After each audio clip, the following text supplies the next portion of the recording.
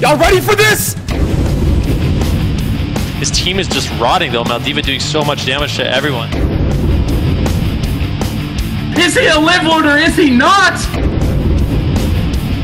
Vanish cheap shot, can he counter kill? The back comes out, he's gonna die! Kid on the Nesper now, half HP Nesper pulls it out. And he just flops! Are you kidding me? Dude, this Red Paladin team is here to play. Welcome to EU, ladies and gentlemen.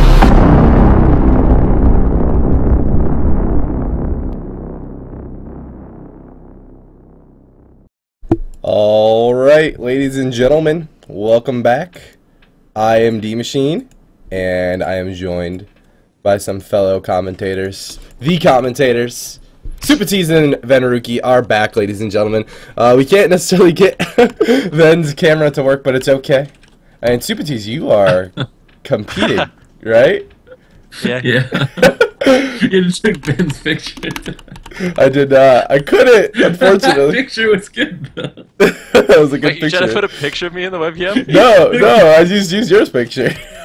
Mine? Oh god. I think that's a good idea. Alright, yeah, I took it down. But, unfortunately, I'm not using, I should start using XSplit, man, so I could start. You should put, like, my Rookie smug in there or something like that.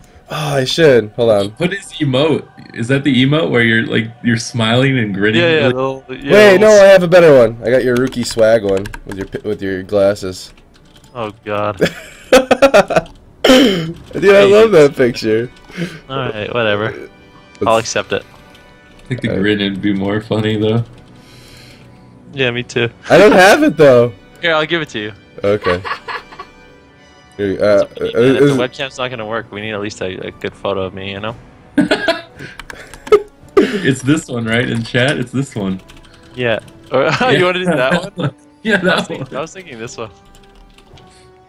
No, not that one. That one doesn't fit. Wait, which one? Are you guys typing in, like, the Twitch chat?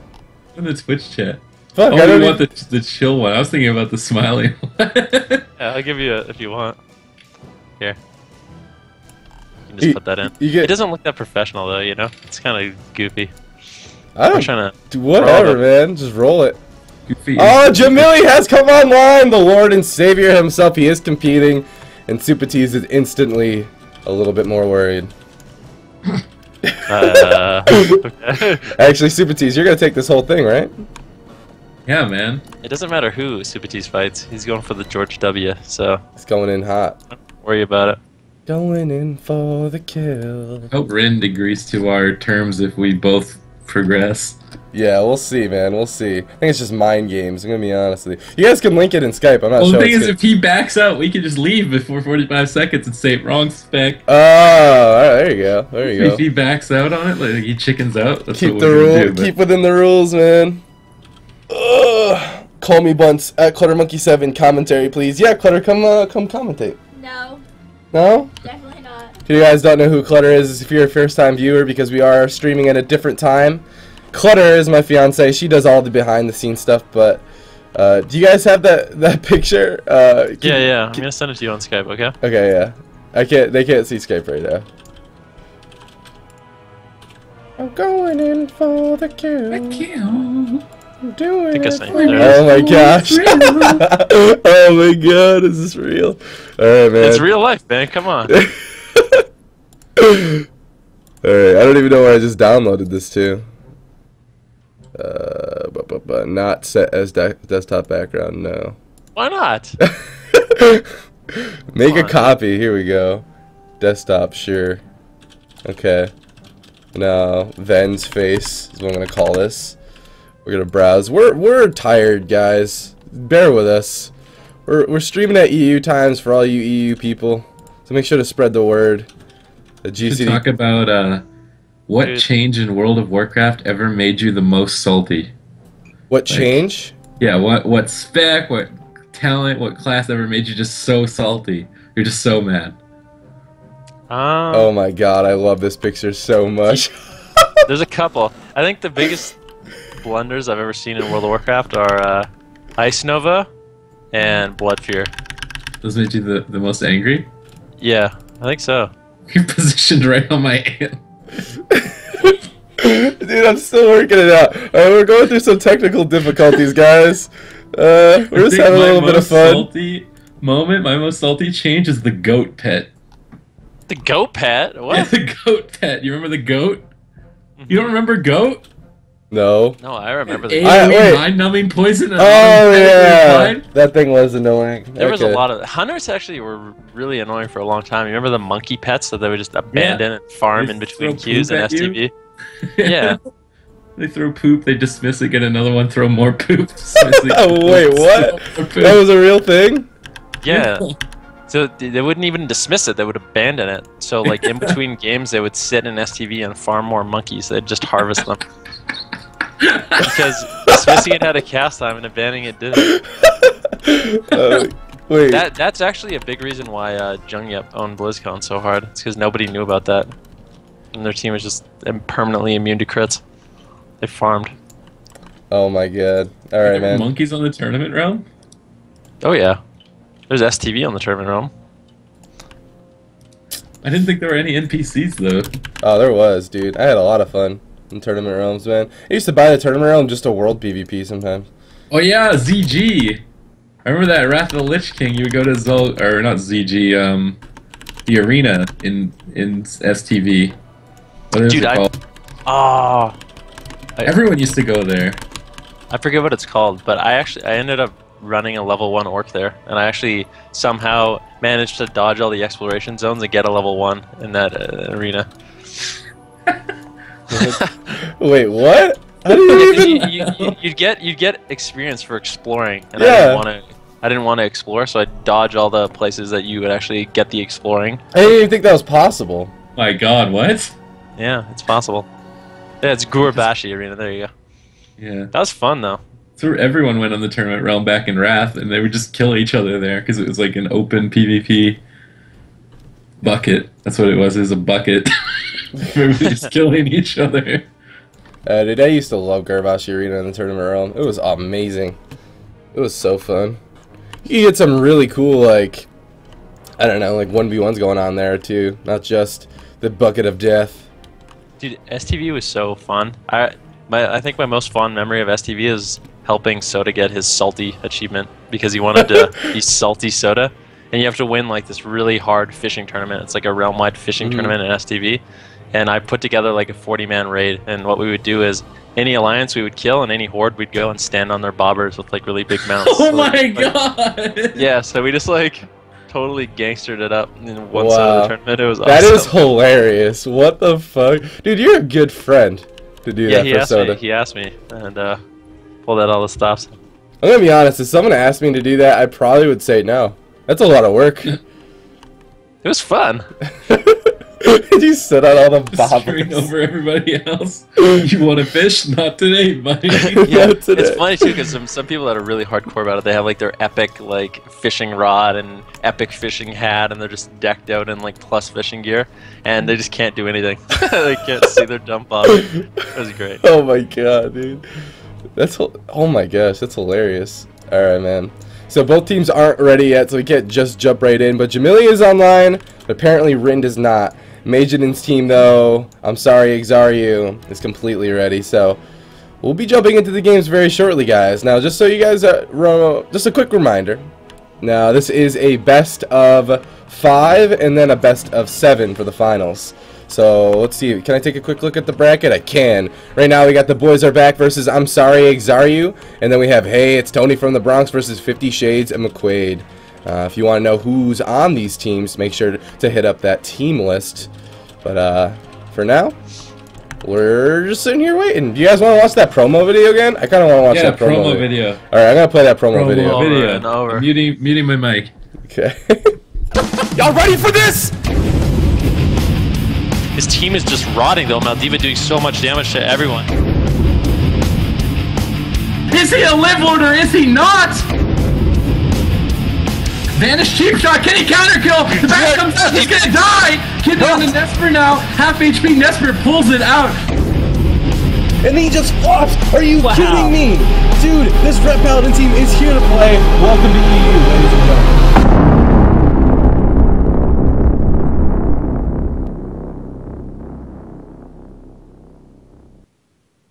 Yo, yo, yo, that was the promo video. What'd you guys think? That was pretty sick, right? Yeah, I agree. I'm even watching it with the stream Mike. delay. What'd you say, guys? Sorry. I said that was 8 out of 8, mate. 8 out of 8, mate. You Definitely what, a mate? 6 out of 9. Ouch. Come on, Oh, man. 69. It's 6 out of 9. Fine. Don't get the cleanliness of it. Just I'm think that not. I give it a low rating. Yeah, I'm gonna. Ah. Jamili, Jamili, Jamili. Supatease coming with the next level humor, just no one can understand the 69 joke. Oh, man. You know, it's sexy. It's 6 out of 9. Ooh. Mic down a little. Oh, yeah, sure, no problem. Am I a goofy, loud person today? There we are. I turned it down a little. I love how the way that Hannah gets my attention now is just she just like flails her arms around like crazily until I see something in the corner of my eye because she can't say anything or even message me in She game. just throw Peter Pan at you. Suck him at you. Steve Machine, stop! Meow! Excuse me, Clutter is a professional, okay? Clutter is a Cats professional. are professional no matter what. Oh wait, did our Clutter emote come through? No, it didn't. What happened? Dude, that emote's so good. They didn't It's the approve clutter it. emote. They didn't Oh, approve it yet? oh. Twitch! Hello? I have to send my picture for the Super Squawk emote. Yeah, you do.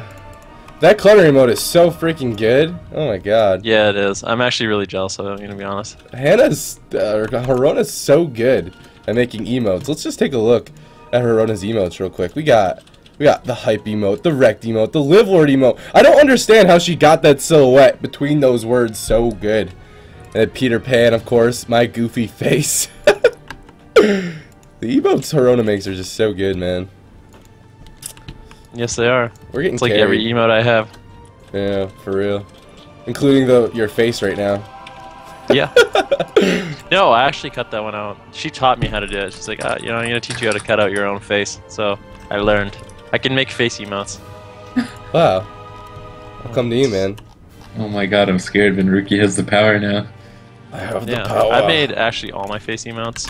So just If you're looking for a face emote, yeah. Go to If you're looking for a Ben. face emote, make sure to hit me up. Just kidding.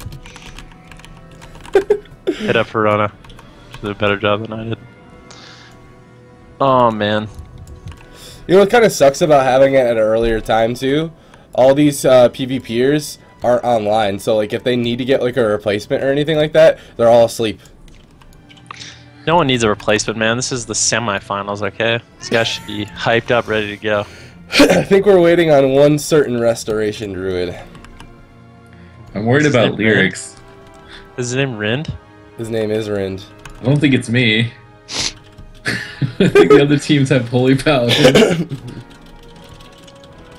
Jamili, I mean, Jamili. Rin just has to log on, play RMD, collect his free win, and move on, I think, so hopefully he'll get on.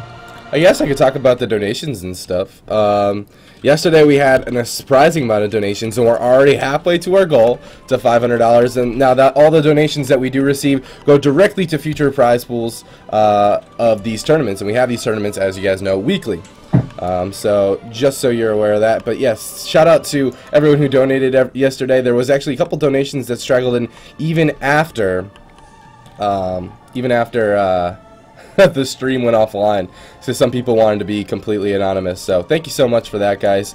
And but those offline donations are reflected right there in that gold bar, and we did also get 13 subscribers. So appreciate all that, all the love and support from the PvP community. We're feeling it. Hell yeah. Hell yeah. Oh, hell yeah. I have something Oh, fuck in yeah, my hair. bud. What do I have in my hair? That's bad. It's like Can't do that accent too well. I'm Canadian, I can't do that accent. Where is it? You- I got it. All right, we're good. Sorry, I had something in my hair. Instead of using a mirror, I should just stream. Yeah, the other two. Oh, that's a good point. Supa, is your team ready? Yeah, but Lyrics is having some pooping problems. Anxiety Dude, you poops. need to get him some Metamucil. He's telling me that he had problems last night and he's worried. So we are going to try to move on to the other team first, just so you are aware, Mr. Supatease, if you want to try to get your team ready. Give these guys some time. And I'm going to try to get in contact with the other team. Asked.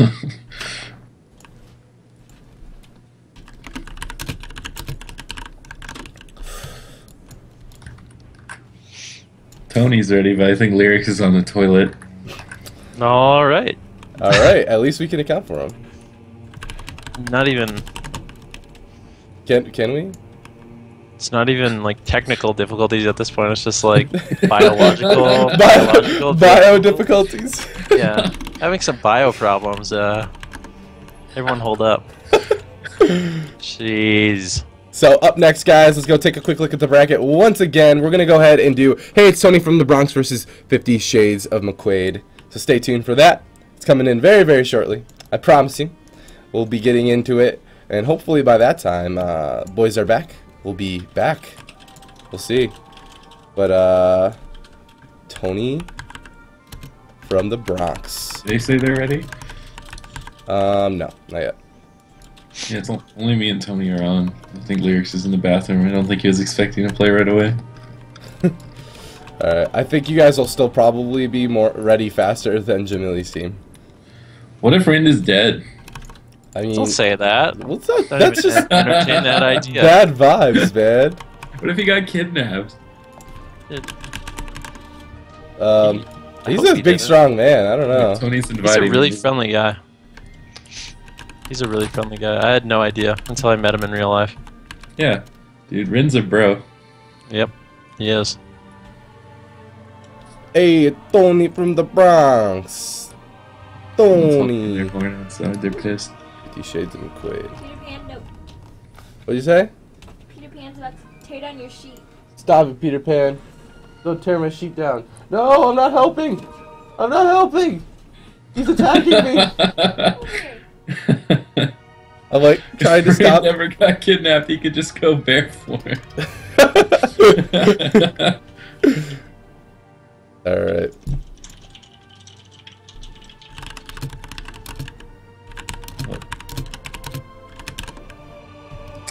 Alright, Supa. Do you want to bail out? Yeah, I guess. I'm wondering where Lyrics is. Still Lyrics isn't still around. Alright, well just let me know. I'll be hanging out this though. Okay. Hopefully it doesn't screw up your thingy. No, there's no thingy, remember? Alright. Good luck, gentlemen. Good luck, Supa. Good luck, Supa. I wish you the best, man. Alright. So it's Tony from the Bronx versus 50 Shades of McQuaid. If you don't know who 50 Shades of McQuaid are, they are Windwalker Monk DK Holy Paladin team. Very, very exciting stuff, but there is a replacement Windwalker Monk today. Just so you all are aware. Who is it? I don't know. It's probably going to be Balance. Okay, yeah, it's totally balanced. I'm just... He's like... You, it's totally balanced. you were pretending you didn't know? Yeah. Oh, no, I was going to troll a little bit, but yeah, it's definitely balanced. I asked Balance, I'm like, are you guys ready? Because I just assumed that he was on that team. And he's like, yeah, we're almost ready. So, yeah, it's Balance. Balance, a.k.a. Melman. Actually, he's not actually Melman. His giraffe is Melman. If you don't know who Melman is, make sure to watch tournament number 7. Because there was... From what I've seen of the two Windwalkers play in like this tournament and like watching them on live, they play very different. Like Balance never likes to use Storm, Earth, and Fire from what I've seen. Maybe he'll prove me wrong in the series, but I've never actually seen him use that ability. He much prefers the direct damage. Yeah. So that's kind of cool about the comps is you can play in a different style. I'd say that's pretty cool about the class, is that there's a different style of play, you know? I feel like you look at other classes and there's like this really cookie cutter style of play, you know? And then like you look at Windwalker monks and every monk brings something different to the table. Yeah, they're a pretty magical class. Magical and wonderful class. You mean Earth, Wind, and Fire? Wait, that's what he said! Yeah, you're wrong and he's trolling, so don't get too excited. Oh. I'm sorry, that was mean. Enough is enough though, okay? Enough is enough, man. There's no trolling allowed in this chat, man. Not even a little bit. Clutter. I think it would. Yeah. Whoa. Someone says that line in Warcraft 3, and I think it's when is it shamans get summoned? They say something like "Storm within fire, heed my call." Oh, I totally have heard that before. Both teams are ready though, man. I'm pressing the go button. We're jumping into Grand Arena. Ooh, buddy. Oh, buddy. So the very first map of this best of 5 series, of course, is the Grand Arena.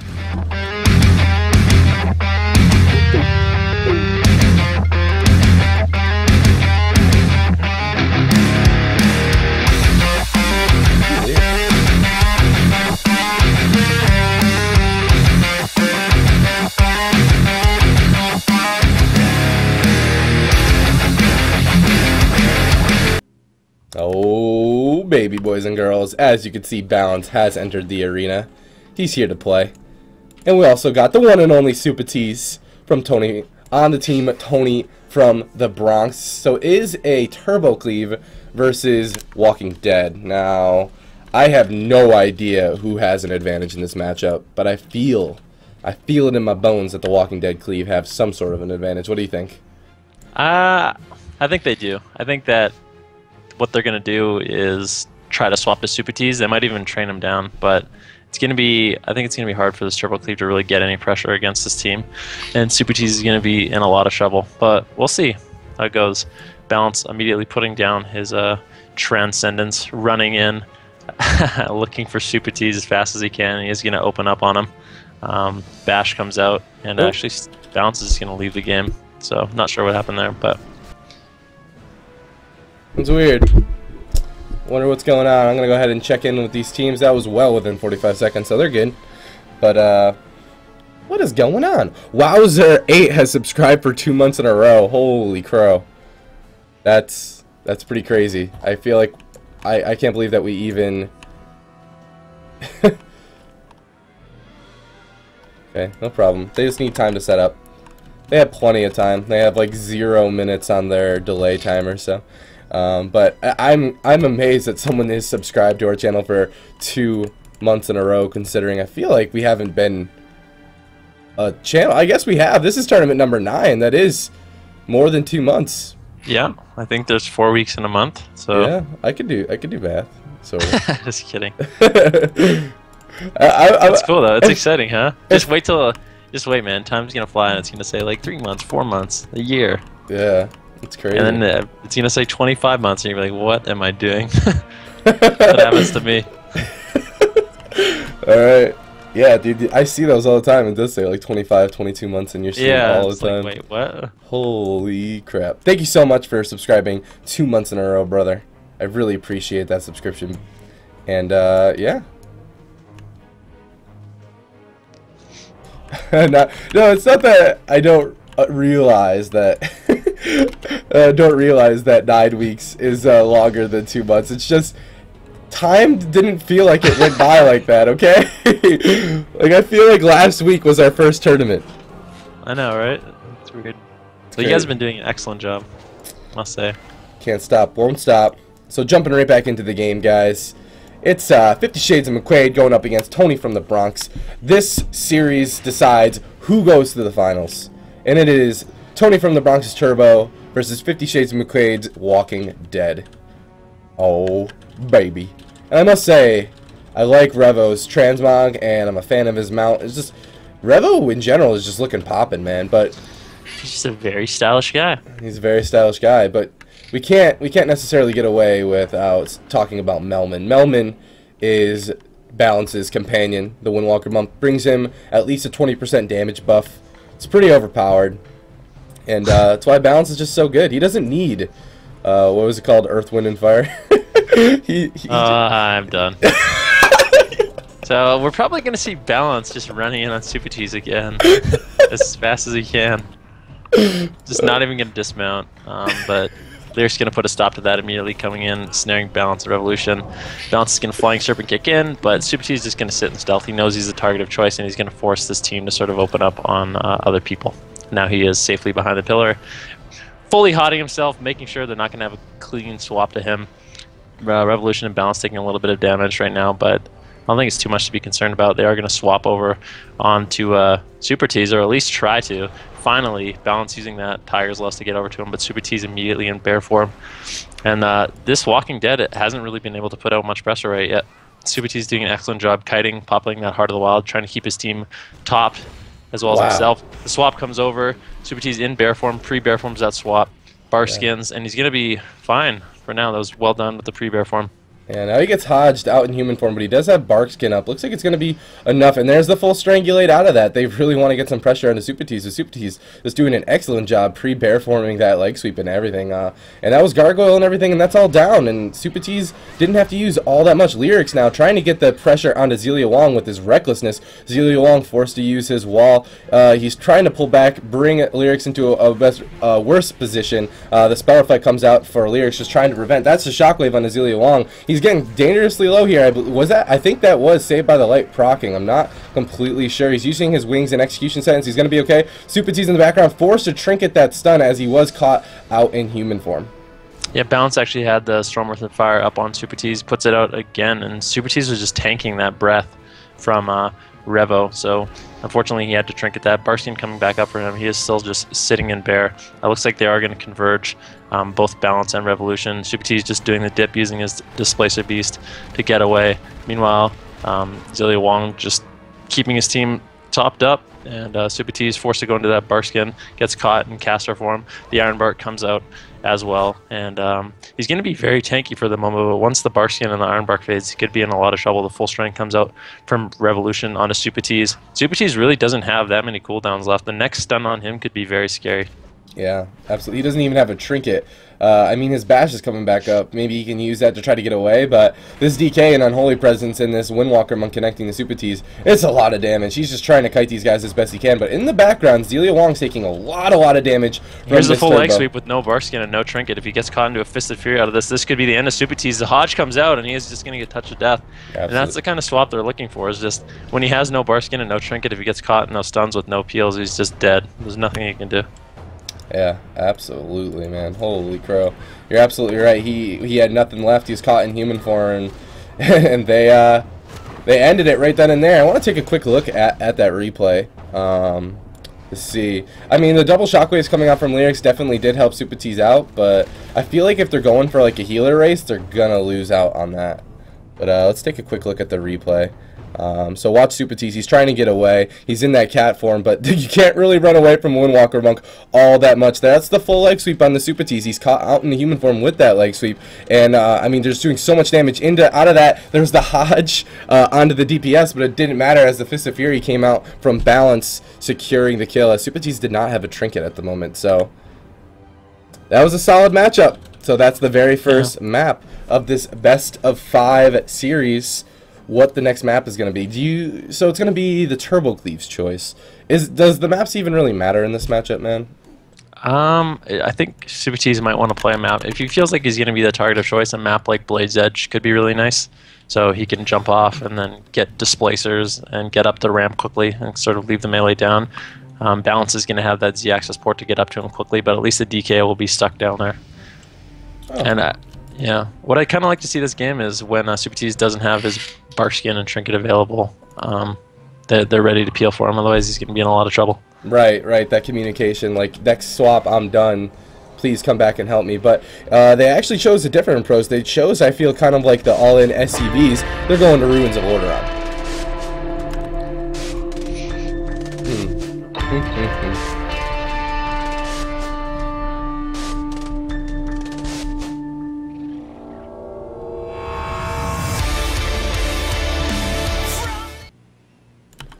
Alright, this is Ruins of Lordaeron, so instead of giving Supa some breathing room, they actually kind of stuffed him in a corner. I don't know, we'll see if this works out for him. I feel like Supatease is going to be really scared on this map. Me too. I don't know what the game plan is here. Maybe they're thinking they can get on Zelia Wong easier. Maybe they think they can win the healer race. I'm not sure, but I think this is going to be a nightmare for Supatease. Yeah. Quite frankly. Yeah, on a map like this. Yeah, we'll see, man. I mean, this still is a best of 5, and Tony's team does have some other tricks up their sleeve. But right away, it looks like the turbo is going to start on the balance. But Supatease now caught in a human form in that full stun. Barkskin is forced right here, and that is I'm sorry, I don't even know what that's called. Hurricane kick? What is that called? Hurricane strikes. Hurricane strikes. Revo, though, taking a lot of damage. AMS is forced as a double fear goes out on the bounce and Zelia Wong. And Tony now caught in that hex. Supatease is going to be the kill target for this 50 Shades of McQuaid team, I feel, the whole game. Yeah, and he actually got caught out of form there and only really had to use Barkskin, so good heals from Tony Jr., good pre-host from Supatease. Zelia Wong taking the brunt of the damage right now. Supatease popped that hard. He's going to have hard heals for the second asphyxiate. The DR Hodge comes out, but Tony Jr. just spamming those heals on him. Maybe their plan for this map is Supatease can just stay in the open and Tony Jr. will easily be able to heal him. I mean, the enhancement shaman heals are so powerful, so maybe that's what they feel like their advantage is. Yeah. But Tony Jr. taking a little bit of damage here. Supatease still has that Heart of the Wild up. His hots are going to be very powerful at the moment. I think Tony Jr. should be fine. Yeah, like you said, so they're relying on those enhancement heals. I love that. Oh, there's the full stun into human again, and Barkskin is used once again. Hodge out of the Barkskin out of that. Supatease just doesn't get a break. He's getting dangerously low. Barkskin's still available with the triple shockwave coming out from Lyrics, peeling Supatease, and it looks like Supatease is gonna be okay for now, but man, that is so scary. Oh man, if this game goes to dampening, I feel like this enhancement heals aren't gonna be all that big a deal. Yeah, I don't think this game will go to dampening, but we'll see. I mean, we look at Tony Jr.'s mana, he's almost so he has been healing a lot this game. Zelia Wong, Saved by the Light comes out by him. Lyrics causing a lot of pressure with that Blade Storm at the moment. I'm still just going to sit on him, but Supatease having to pre-Ironbark himself, has full hots, and yeah, he doesn't have his Trinket available. He trinketed the last stun in Ironbark, so this next swap, he's not going to have Barkskin and Trinket for a little bit of time. Balance actually taking a lot of damage. Touch of Karma coming out onto Supatease. He's not going to be the target of choice for now. They're not going to want to attack into that and cause more pressure on Supatease. But yeah, this Turbo Cleave is actually pressuring this Walking Dead Cleave quite a lot. Yeah, there's the shockwave on Zelia Wong, and he's still low. Avenging Wrath is up, and Aura Mastery is used. That's Aura Mastery, Avenging Wrath, and his wall being used right there. But that's the leg sweep on the Supatease. A lot of damage going out. A Hodge out of that as well, and he has Barkskin up, but he's in human form into the Fist of Fury. So many stuns. Supatease is now in that full Strangulate, but he does go into bear form right before it, so it looks like he's going to be okay for now. But now Revolutio, he's taking a lot of damage. He's at 25% health here. Balance is hovering too. Can Zelia Wong pick up his team? But Lyrics has Recklessness going. He's just doing so much damage. The shockwave goes out onto Zelia Wong again, and it looks like they're going to be okay for now, but Balance, he's still hovering pretty low. Yeah, Supatease is going to be, this is going to be a nightmare for him. He doesn't have his Ironbark and he doesn't have his Trinket available. If he gets caught out of a caster form, he could just go down. So he's going to have to play very, very safe, making sure he pre-hots himself, going to be in bear. Zelia Wong actually having to bubble there. So Zelia Wong has no Trinket or bubble. Supatease finally caught into that stun. He might just die 100-0 here. The DR leg sweep comes out. No Rallying Cry going to be available. The triple DR Hodge, and he is just going to die. And he was so close to surviving with the Barkskin. I feel like if he maybe preemptively Ironbarked himself and just sort of saw that swap coming a little bit more, he would have lived, because they had so much pressure against this 50 Shades of McQuaid team. Yeah, they absolutely did. Do you feel like, wow, yeah, I don't know. They did. I mean, at one point, Revo and Balance were both under 30% health there, but I mean, the trade for cooldowns, not even cooldowns, just Supatease having to use his defensives, and he eventually just gets tapped. Yeah. Alright, so now it is 2-0 for 50 Shades of McQuaid. I feel like they're probably going to try your strat now, where they're going to avoid those small maps. They're going to try to give Supatease some breathing room. I don't know. That was working for them really well, to be honest with you. If Supatease survived that swap, like if he had managed to get the Ironbark up before they stunned, he would have had Barkskin available, and then everything sort of falls into place from there. His Trinket would have been up, and they had a significant amount of pressure against that team. I think they were where they wanted to be in that matchup. They just need to sort of survive a little bit longer if they can. Yeah, absolutely. So Karma was already used. I mean, Karma just came back up at the very end there, but yeah, Zelia Wong used his Trinket, he used his bubble, he had no War Mastery. Wings, wall, yeah. Yeah, exactly. So Tolvaron Arena is the next map of choice coming out from this team, getting that bigger map, so we're just going to jump right into it. This is the third map of this Best of 5 series. I have a thing. There it is.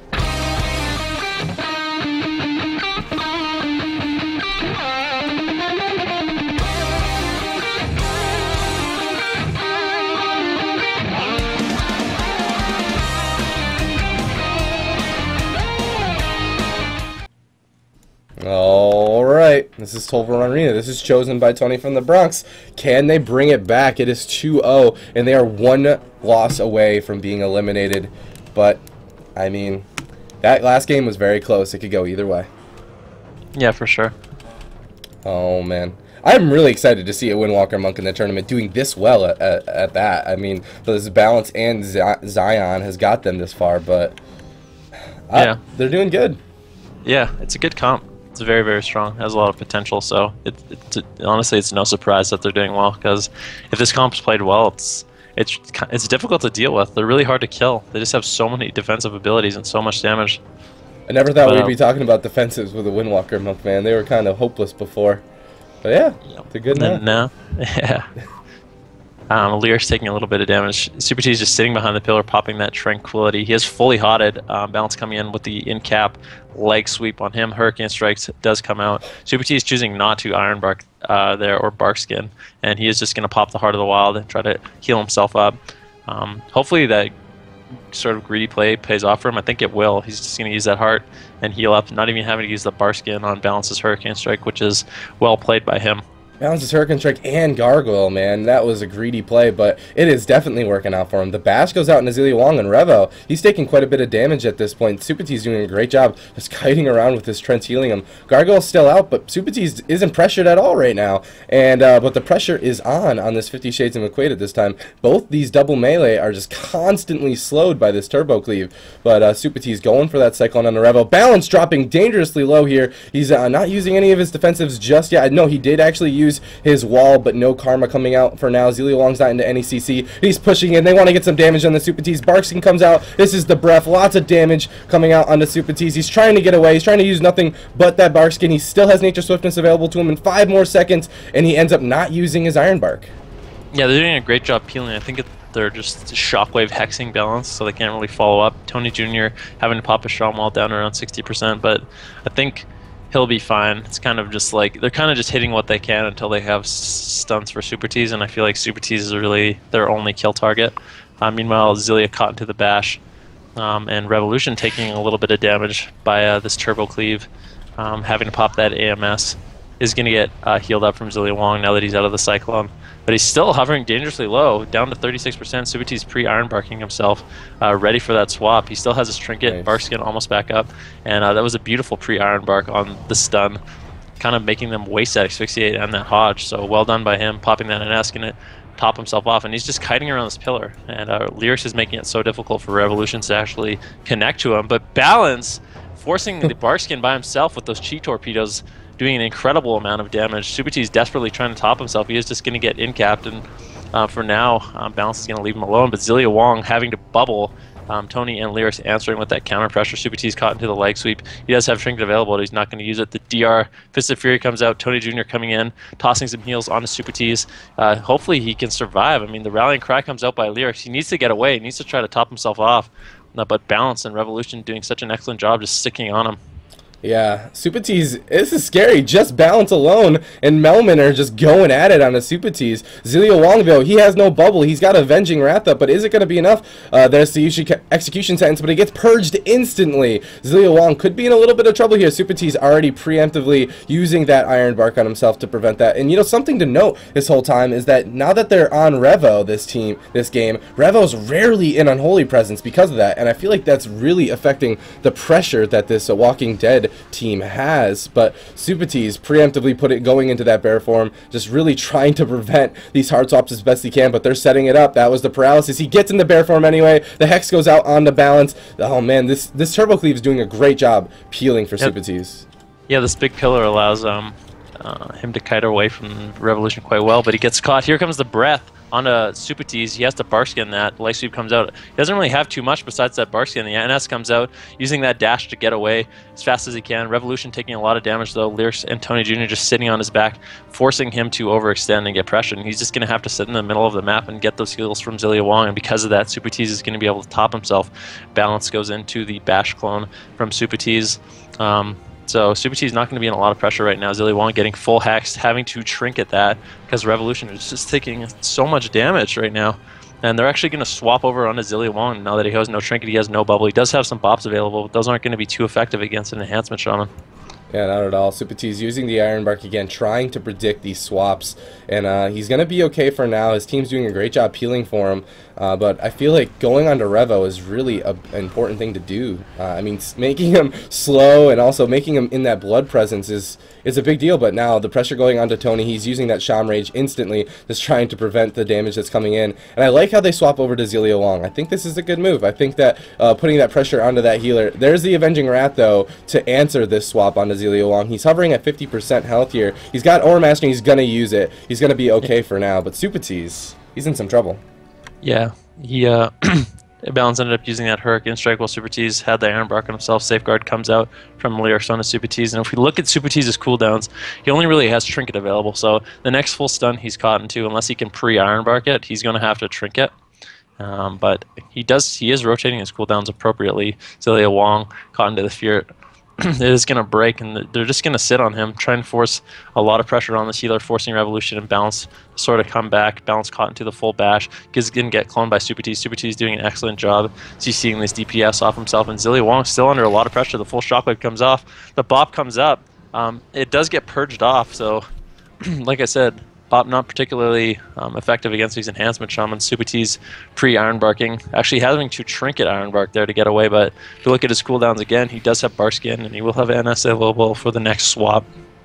So he always has something. He's not leaving himself with no cooldowns, which is exactly what he needs to do against exactly what he needs to do to live against a team like this. Meanwhile, Zillia Wong down to around 40%. Saved by the light procs. Recklessness coming out from Lyrics right now. Does get gripped away by Revo, and Zillia Wong's going to be able to get away and top himself off. Supatease under a lot of pressure, having to use that Bark Skin right there, getting behind the pillar, topping himself off. Revolution down to 20%, taking so much damage. Zillia Wong popping those wings, trying to top him off, but he does get caught into the full hex. He's going to immediately Trinket that, and I think because of these wing seals, Revolution should be okay for now, but both teams doing so much damage. Yeah, it's really hard. Ever since Revo switched back to Unholy Presence, he's been taking a lot of damage. Zillia Wong now, he could be in some trouble. He has wings available to him. In 50 seconds, he does have the bubble, but they're going to swap off. They're going to help Supatease out. That's a lot of damage. That's breath onto Supatease as well. Fist of Fury comes out. He's at 20% health. Your Iron Bar coming out. Tony Jr. in the Haji can't help at all. He's in trouble. The dash comes out. Is it going to be enough? 10% health. He didn't touch a Death Rage, but he's going to be okay. No, he's not. He gets gripped back. Oh, and that was the Shadow Meld coming out. Is it going to be enough to heal him? He's a Live Lord, he's alive, he's at 30% health here. I'm not sure how he was in touch of death range, but Balance just couldn't not connect Revo now in that full hex, and Lyrics doing a really great job peeling Balance off of him. Yeah, and Supatease now has that Bark Skin up. Beautiful use of the Heart of the Wild there to cause his healing to be a little bit more powerful to keep him alive. Balance down to 26%, tossing out the heals on himself. Revolution still down to around 38%. And Zillia Wong's bubble is going to be up, so he's going to have that cooldown to sort of keep himself up. But they're under a lot of pressure here. And Supatease answering that full asphyxiate on him with the Bark Skin. The Safeguard coming out from Lyrics onto Supatease. He's not going to be taking that much damage right now, but it might be hard for him to actually top himself. But Lyrics doing an excellent job peeling both Revolution and Balance, keeping him off. Tony Jr. caught into the Hodge, and it looks like they're going to switch it over to Lyrics now, forcing Supatease to use that Tranquility to keep his teammates up. I mean, he wants to do that healing out of line of sight. Meanwhile, Zillia Wong caught into the full shockwave, getting decimated by Lyrics and Tony Jr. having to use that wings to sort of get himself up. Just fake casting over and over. Does get off that Holy Light. The Aura Mastery does come out, but he does get caught into that full hex, and I guess it broke, but that was a good hex by Tony Jr. Supatease having to Iron Bark himself, and he does have Trinket and NS available for the next swap that's going to be coming out. Tony Jr. under pressure, though. Supatease having to not forget about him, and his mana might end up becoming an issue as dampening stacks higher and higher. We are at 22% dampening right now, and both healers are down to around 20% mana. Yeah, Recklessness coming out from Lyrics and Sham Rage from Tony Jr. They're trying to swap the pressure over to this Walking Dead, but like you said, 23% dampening. Supatease's mana right now is at 15%, and he just trinketed right there. But at the same time, look at Zillia Wong. He's at 10% mana. Balance now, 50% healthier. I mean, he has Karma available to him, but this is starting to look like a mana war. The double shockwave on both the DPS coming out from Lyrics. That was a good shockwave. 50% healthier on Revo. He's forced into blood. Once again, AMS coming out. The paralysis on the Supatease, though. That's the fear that was trinketed on Zillia Wong. He's at 9% mana. Iron Bark onto Supatease. He's worried about that damage coming out from Balance as he is put into that full Fist of Fury. Yeah, and Balance actually forcing both the Barksian and NS from Supatease there, and he does as well use the Iron Bark, so he's not going to have anything for 40 seconds minimum. If they can get any sort of swap onto him in the next 40 seconds, Supatease will be dead on the ground unless he gets massive peels from his team. Zilia Wong down to 2% mana though, desperately trying to keep himself up. Here comes the Wings, just trying to get Cass off as much as he can. This is just such a high pressure game. Both teams just so low on mana right now. Wow. Zilia Wong still has those wings up, and I think he'll be okay as long as those wings are up. Gets charged on his heel. The Saved by the Light comes up. The Holy Light coming out from Zilia Wong, getting the Word of Glories up on himself. And Tony Jr. just goes down. Supatease didn't have anything available for him, and they were able to just kill Tony Jr. I mean, the deeper dampening goes, the less effective those enhancement shaman heals are, and it's just so hard for him to keep himself up through the damage of balance and Revo. Yeah, we're at 32% dampening right now, so it is incredibly hard, but that was very, very close. Zilia Wong was just about tapped there, but that is going to be a 3-0 for 50 Shades of McQuaid, and they will advance to the finals. But right before we talk about the finals, let's take a quick look at that replay. Zilia Wong here, literally at 2% health, and Lyrics is doing a great job preventing these heals, even getting that charge stun off. The Saved by the Light procs, and he gets the heals up, but look at Tony Jr., he's at 12% health here. Supatease in that full stun, he had a little bit of mana in the tank, but it just wasn't enough, and there it is, 3-0 for 50 Shades of McQuaid, but that Turbo Cleave definitely fought well, and we'll be seeing them in the bronze match very, very shortly. But that being said, up next, let's see, is up next good? Yes. Up next, we have the boys are back. Jamili Rind in pieces going up against, Exaryu, Majidin, Flora, and Asper. So we're going to get those teams ready, and we'll be right back, you guys. Stay tuned for that. Y'all ready for this? His team is just rotting though. Maldiva doing so much damage to everyone. Is he a live order? Is he not?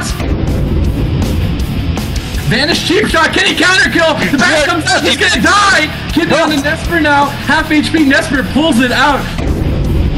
And he just flops. Are you kidding me? Dude, this Red Paladin team is here to play. Welcome to EU, ladies and gentlemen.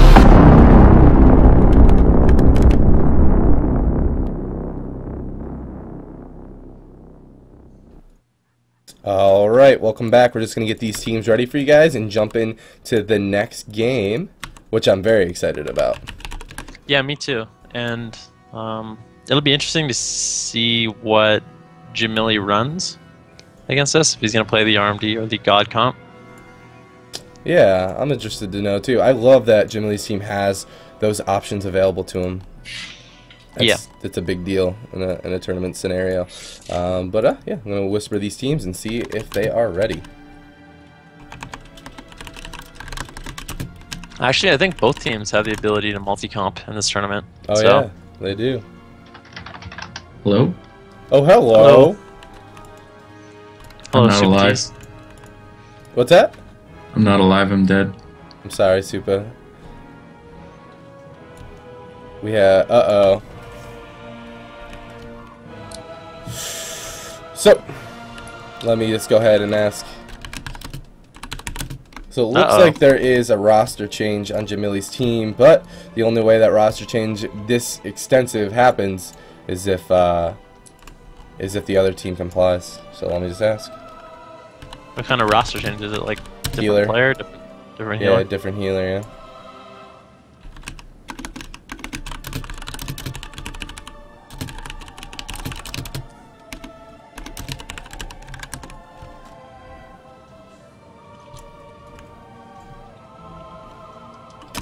Whispering the teams. Get them. Are you okay, Supa? You guys played a very good game. I mean, the defensive cooldown rotation and the peels coming out from you guys was awesome.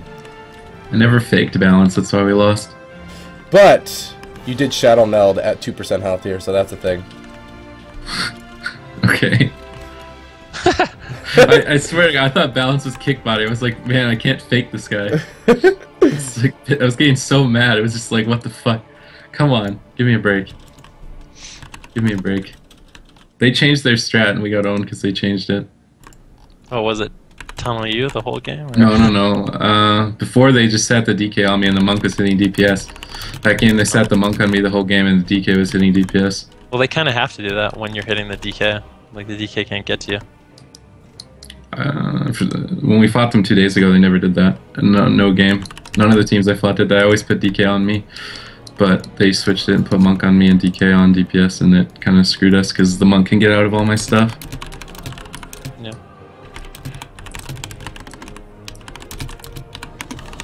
Just communicating with the teams, trying to get both these teams ready. So yeah, they do have a 10-minute marker starting right now. So at 2 p.m. Eastern Time, unfortunately, there might be a disc DQ. It happens. We did change our times up, so it is a little bit confusing. But It isn't that confusing. Everyone knew about it before. Let's just be real here. Everyone knew about the times before. It's not confusing.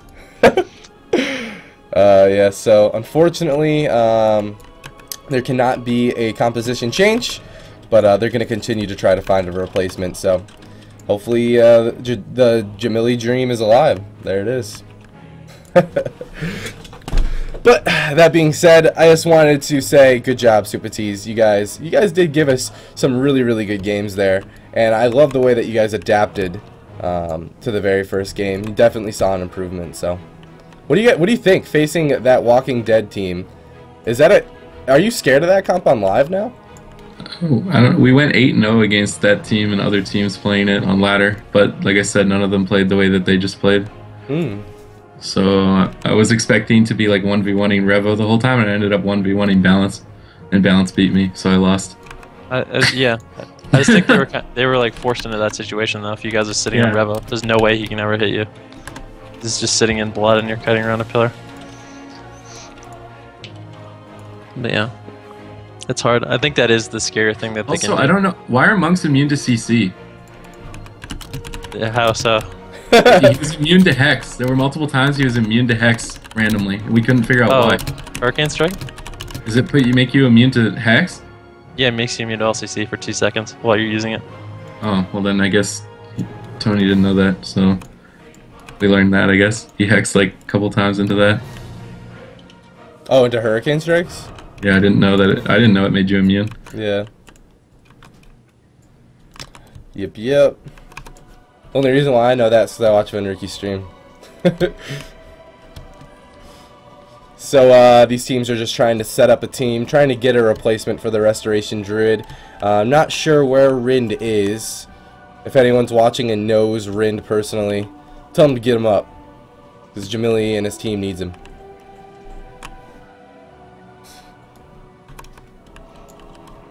Wish I had his phone number. Let's call him up, man. Be like, where you at? Yeah, yo, where you at? Yo. You got a tourney to be in. That'll be really disappointing. Yeah, things like this happen. I really hope that they find a replacement or Rin logs on. That would be ideal if Rin just logs on. I really want to see Jamili's team play. I think it would be really unfortunate if... it'd be sad, to say the least. Hashtag free job, man. I'm letting him play. He doesn't have a healer. Yes, I mean, you have to follow your rules, but... Yeah. Wow. Well.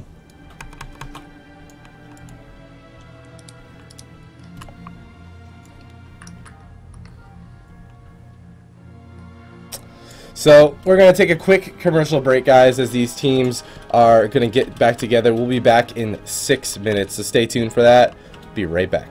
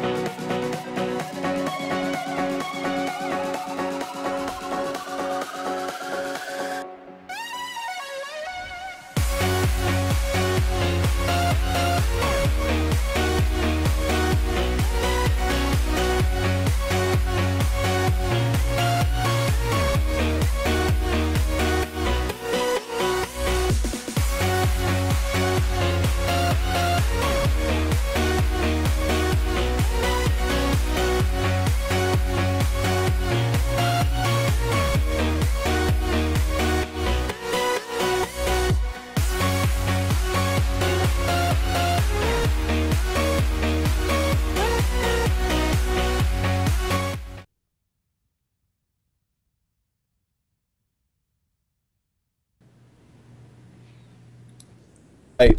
Welcome back, everybody. It looks like there has been a replacement on Jamili's team, so he is going to compete after all. Oh, baby. Ooh. I still don't even know who it is. I don't even know who it is. So I'll tell you guys as soon as I know, you'll know. So it's a druid replacement? It is a druid replacement. Unfortunately, they couldn't get a healer priest on their team because the priest that they had signed up was only a shadow priest. So there it is. Makes sense. Yeah. I'm glad they could get a healer though. Yeah. It just Sorry, go ahead, man. Did I interrupt you? No. Oh, okay. Just making sure. So, asking when both teams are ready, and we're gonna start right back up. Here we go.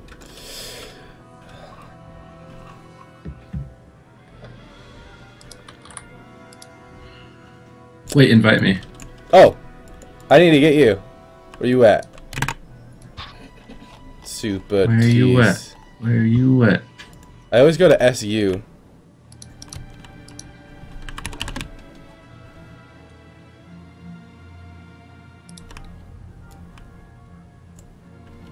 Yeah.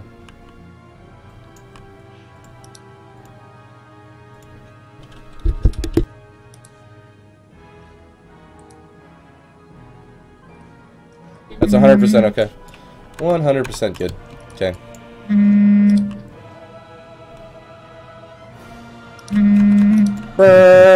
I'm trying to mute it. I thought I did mute it.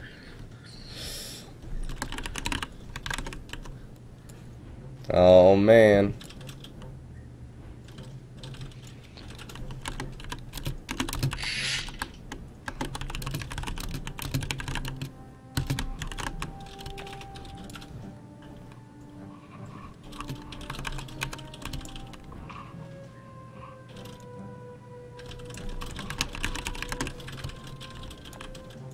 Still just continuing to communicate with these teams.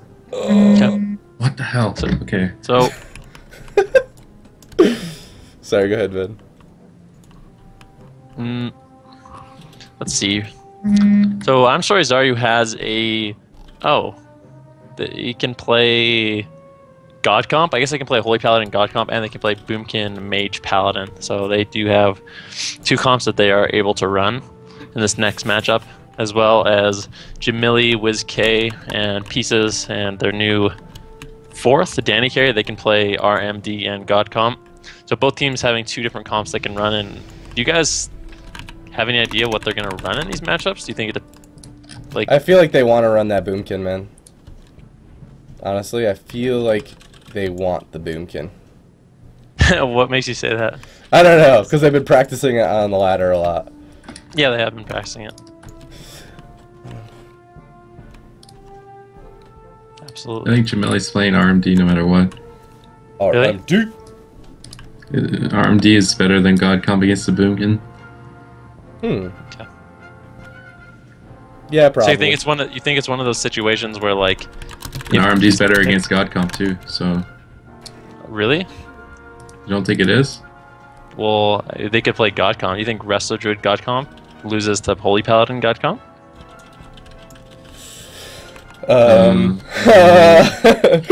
I mean, why risky? Just play RMD and win automatically, I think, against Holy Paladin God Comp. Against both? Yeah, maybe you're right. Well, you have a better chance against the Boomkin than normal God Comp, and then you will beat the Holy Paladin God Comp if you play RMD. Yeah, So I think Asper is going to play Moonkin, and then that's going to force Jamili to have to play RMD. I like that these teams have these options, though. I mean, in this particular scenario, I feel like Jamili's options have the advantage, but like throughout the entire tournament, having these options is really, really important. Yep. So just waiting on the third to log in. He did get a replacement, but it looks like he's having issues with his interface. So just letting him set up, but both teams are ready. And I'm going to hit the go button. And it's only sending one war game request out. You are bouncing pretty hard, D-Machine. I'm sorry. I'm a bouncer. I do the same thing. Now, do you have an upper leg jitter or a lower leg jitter? I have an entire leg jitter. Or is it both your legs? Just a leg jitter. Just an entire leg jitter, man.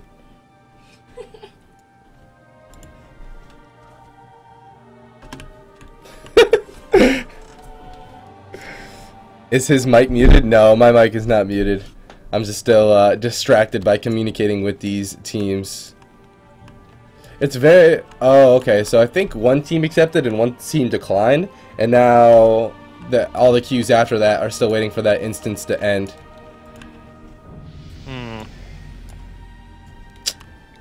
Oh, wait, All I right. should turn my add-on on. We have more time to think about what's going to happen in these games. Do you guys have any predictions for this matchup? Do you guys think the RMD has significant edge over both comps? So, you guys expecting like it to be a clean sweep? Wins. If Asper plays, Asper wins. Yeah. So you think the Moonkin is gonna win? Yeah. Okay. There you go.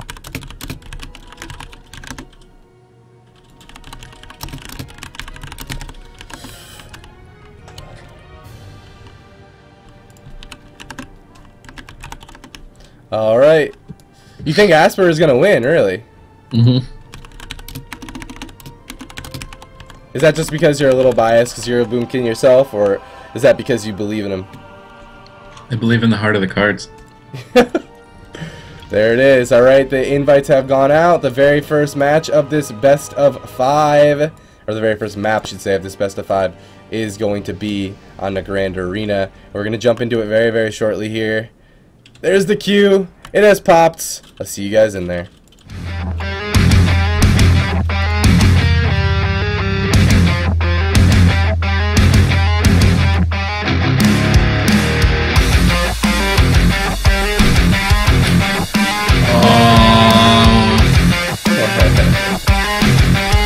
Okay, I gotta be honest with you, but I asked them and they told me, but I didn't want to break your heart. I wanted them to break your heart.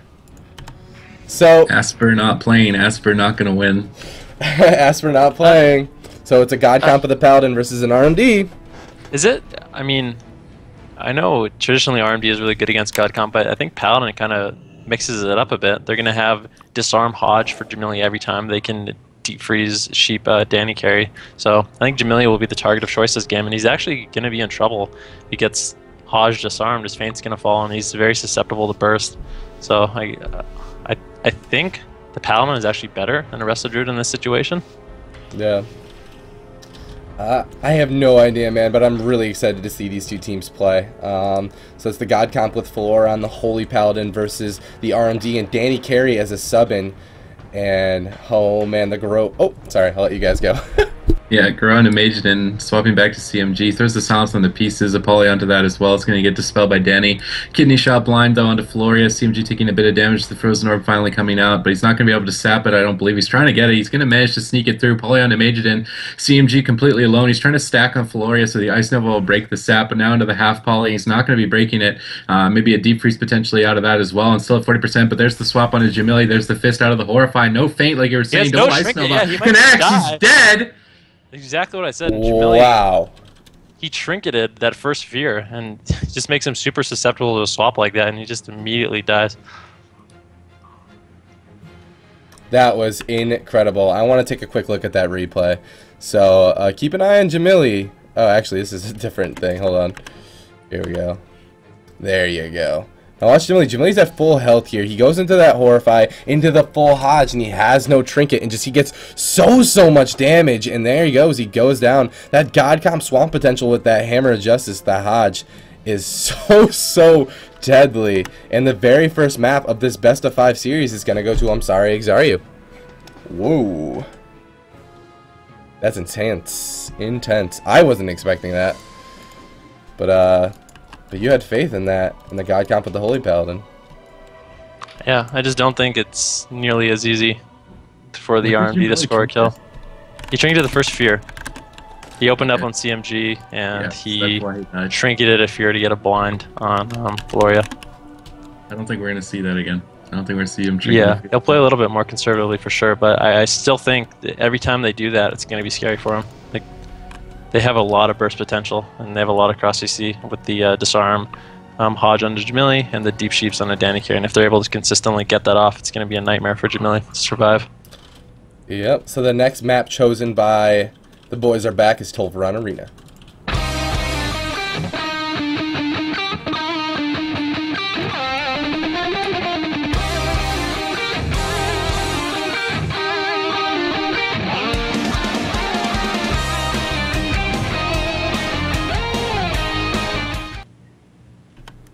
Alright, here we go. It is Shadow Priest. It's a God Comp with a Holy Paladin versus RMD. The boys are back. Did get a replacement Restoration Druid at the last minute. It is Danny Carey, the one and only. This is a good series, but I feel like it's going to be a good series. But that first game, I hope that this RMD doesn't go on tilt. Yeah, subbing a player in and then losing a game like that, you got to imagine there's a little bit of rage. Somebody's got to be mad. There's no way that somebody's not mad. I don't think so. I think you don't think so? A group of very collective players, so yeah, I think somebody's mad. We'll have to find out though if Jamili is going to play as reckless as he did last game. Mindseer coming out to try and pull someone out. Pet Nova connects onto Majidin. It means that he can't get a sap onto anyone now. He's going to have to pick his target carefully. Garrod onto CMG, a clone onto Majidin, Deep Freeze onto Floria. The Polymorph follow up the Kidney to stop the Master Spell. CMG trinkets immediately and goes into the guys. Danny Carey managed to pre-bear form the Deep Freeze, but he's going to get Ring of Frosted up by Majidin. Floria finally coming out of the Polymorph into another DR Polymorph. Jamili with the Adrenaline Rush rolling onto Majidin, or on CMG as well, taking a bit of damage here. The Icicles building up for pieces, slowly going for some more polys now. Clone onto Majidin. He did get locked out twice there, but Jamili's just trying to get a re-stealth, play defensively. He's a little bit worried because he did trinket again. Yeah, he did the same thing, triggered that opener. It's going to be scary. The next time he gets caught in that CC, it's going to be Danny Carey's trinket, almost certainly. So we'll see. Danny Carey caught into the deep freeze. Here they're going to go onto Jamili, I think, if they can, but Jamili vanishes and opens up on a CMG. Well done by him playing defensively. They're going to switch it over on a CMG, caught into that full kidney. Meanwhile, Floria caught into the sheep. He was able to freedom that, so it's going to be a little bit shorter on himself. Majidin caught into the bash. This RMD doing an excellent job of cross-CCing while they're going offensive here, and they weren't actually able to force anything out of CMG there. The blind comes out onto Floria by Jamili. He's just going to go ahead and pop that so he can keep CMG topped off. And yeah, looks like CMG will hopefully be okay for now, but the Save by the Light procs, Powered Shield comes out. Danny Carey caught into the full ring right now. Jamili has that feint up, he's just spamming it over and over, and they weren't really able to get much there with the full ring on Danny Carey. Yeah, he locks Floria out on the Denounce, but he still has the Avenging Wrath. CMG should be fine. He's still sitting on Dispersion. Floria still has one more bop, a bubble, and his trinket. Double Fear Lance. Ice Nova comes out onto Jamili, but without CC, he's going to be able to get the cloak off if he needs to, and he's keeping Feint up much more often. Kidney Shot onto CMG. Mark for Death. Double Abyss connects.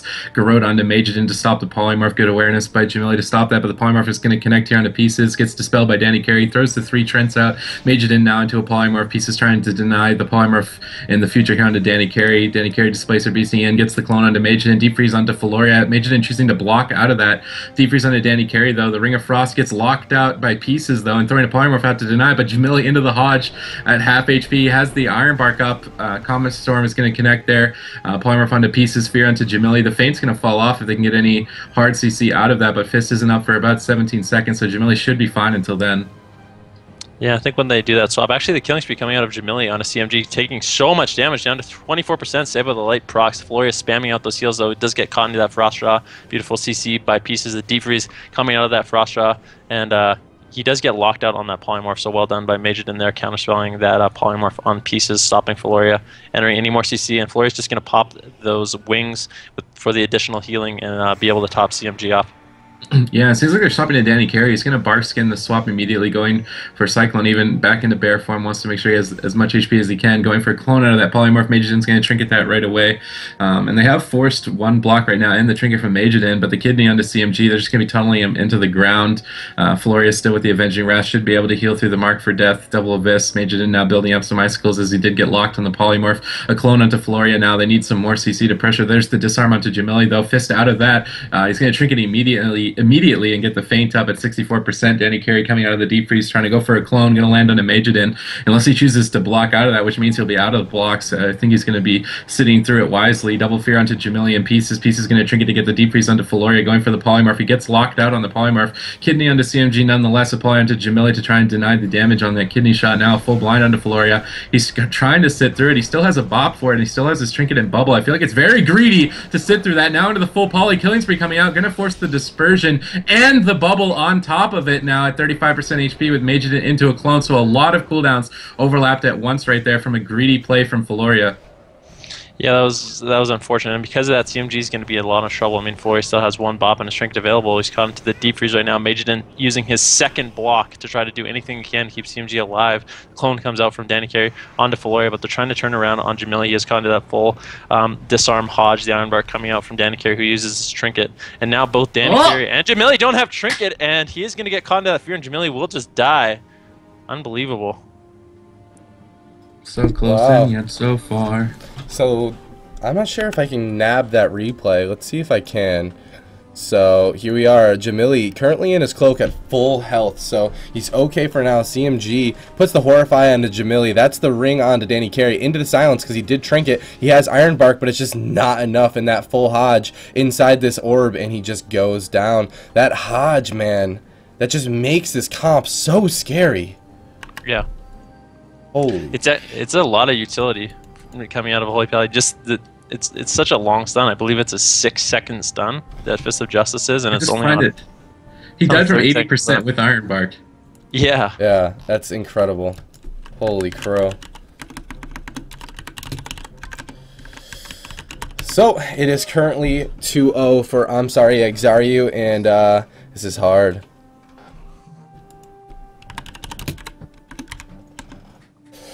So he's still deciding on the map. So the rules do state that there isn't map replays until 5 out of 6 maps have been played. So we have currently only tried 2, and he's trying to decide on the next map as he can't play Nagrand or Tolvaron again. So the next map choice coming out from the boys are back are going to be on on Tiger Speak. The only arena with snow. The only arena with snow. I hate snow. Alright, let's go into it. Canadian arena. I love it. I woke up this morning and instead of it snowing, it rained, and a little tear came down my face. Oh, no. It's moving closer and closer to summer. I think I have like 4 inches of snow coming my way today. It snows more in America than it does in Canada, at least on the West Coast. Yeah, that's weird. Yeah, I don't know, man. Like where I live, the first day of spring, where everyone was like, yeah, it's the first day of spring, it was 5 inches on the ground. It was like a winter wonderland. It looked like the generic, like, Christmas area. So weird. I don't know. But this is Tiger's Peak. This is chosen by the boys are back. But I mean, like, they're running out of their favorable maps, you know? Not that map is the biggest deal when looking at these two matchups, but I don't know. This team's got to change something up when it comes to, I feel like they get a lot of offensive pressure, but those Hodge swaps, they are so deadly. Yeah. I think if they do it right, it's going to be Jamili or Danny Carey's trinket every time, unless Pieces can get some major CC out. I think when they go for... Oh, sorry. I was just saying, Pieces was playing really well earlier on in the game, and it kind of just fell apart. Danny Carey got CC'd too much. And that's kind of where Jamili got left alone. So as long as Pieces and Danny play well together here as a team, polymorph onto Feloria, CMG trinketing the early kidney shot once again like last game to try and avoid the damage here. Silence onto Pieces to deny the polymorph out of that. Going for the Frost Jaw now. That's going to be 3 seconds of silence. He's not going to Aura Mastery out of that just yet. Polymorph onto Pieces. Deep Freeze onto Danny. He did pre-bear form it, but the Ring of Frost is going to land nonetheless. Pieces now going for polymorphs, but there's the swap onto Jamili. Horrify into the Fist of Justice. He has the feint for a few more seconds. He does get dispelled at the end of the fist there, so he should be alright. He can activate the cloak if he needs to, but they did a good job living Danny that Carey got opener. locked, and Jamili's still not out of the woods, having to use that Cloak of Shadows. Beautiful CS by Majidin there. CMG taking a lot of damage, though, down to 23%. That Saved by the Light proccing. Flory popping those wings to desperately try to get him up. He has caught into that clone. Disperse coming out. Flory still has his bubble and trinket available, but the offensive clone coming out by Danny Carey onto CMG at 14% HP. Puts it over to Floria. He has to bubble and he just dies instantly. Danny Carey going crazy with the clones there, securing that kill on CMG. Wow. Well done by him. just a testament of how much, what can happen, how much control this team has, and this sub-in, I think he's starting to gain some synergy with these players. Let's take a quick look at that replay. Now keep an eye. Look at Jamili is forced to use that cloak because he's getting really, really low, but CMG, he's so low. The Ore Mastery comes out from Floria, but he goes into that full clone. This is the killing spree. It forces the dispersion, but that Cyclone on the dispersion is so key. He comes out of that Cyclone and goes on to Floria. He bubbles it, but it's just not enough. He's too low a health, and boys are back, are going to secure that kill, and now it is 2-1. Oh my gosh, that was intense. Boys are back in town. The boys are back in town. Boys are back in town. So now, I'm going to go ahead and ask this team. I'll give you 4 inches of snow. What does that even mean, Lyrics? What does that even mean? I think he's flirting with me. Alright, let's see here. So, the next map chosen by, I'm sorry, Exariu is going to be Dalaran Sewers. Alright, I'll see you guys in there.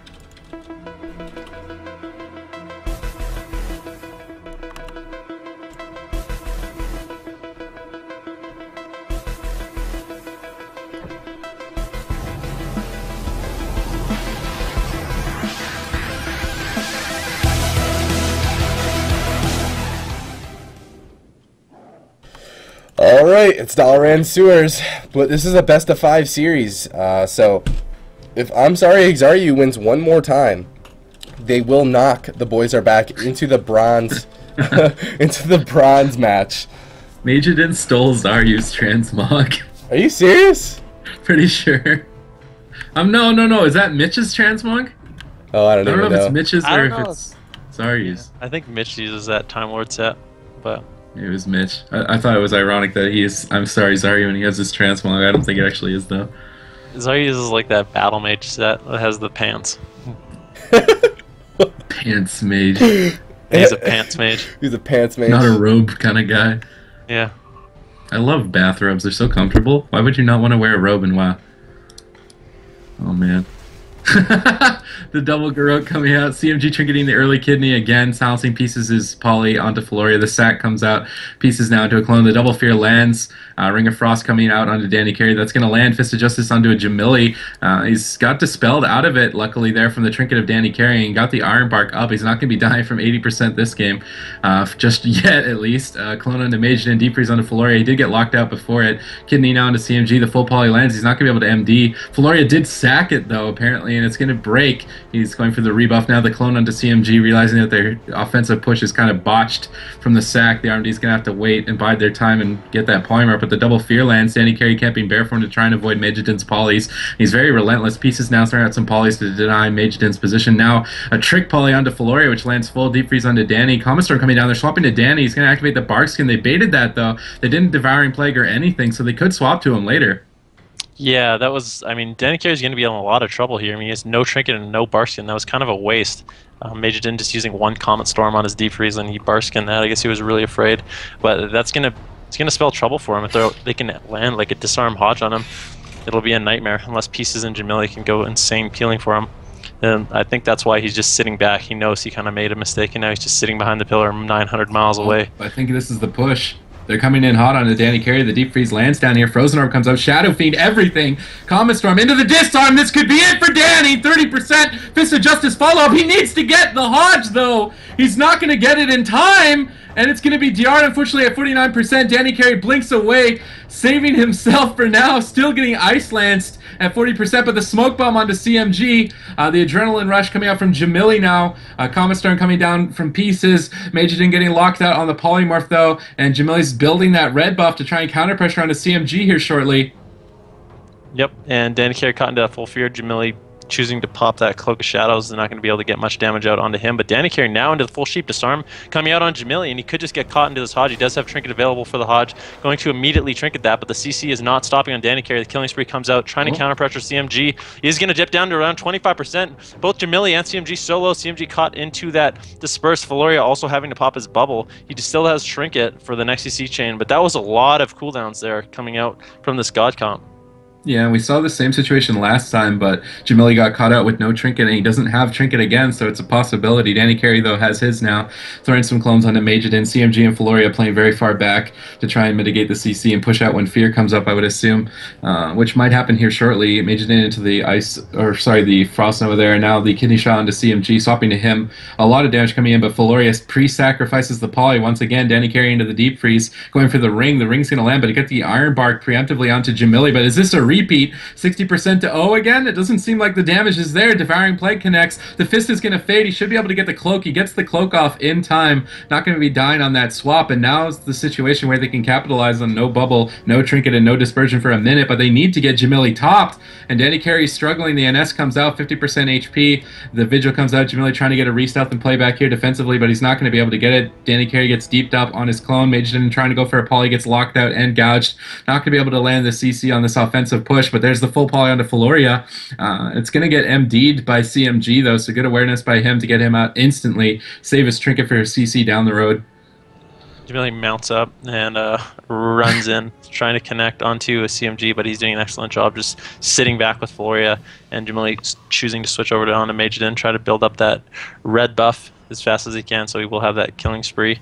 Majidin caught into the kidney right now, taking a little bit of damage with Floria, not really in any CC. The Deep Freeze comes out 5 pieces, CMG silencing that, so he's not going to be able to get any follow-up with that Deep Freeze. Well done by him to try to stop that CC. Jamili caught into the full disarm. Deep Freeze coming out onto Danny Carey. Jamili caught into the Hodge. He could just go down here. 36%, 20%, taking so much damage. Danny Carey able to get that Iron Bark out and the NS onto Jamili, so he should be able to live, I hope. But Danny Carey still not out of the CC. Caught into that full polymorph. He does have Trinket available, but I guess he thinks the Iron Bark and Feint will be enough to keep him alive. Jamili using that cloak defensively, and Danny Carey's still not out of CC yet. I mean, the silence comes out. It's unbelievable.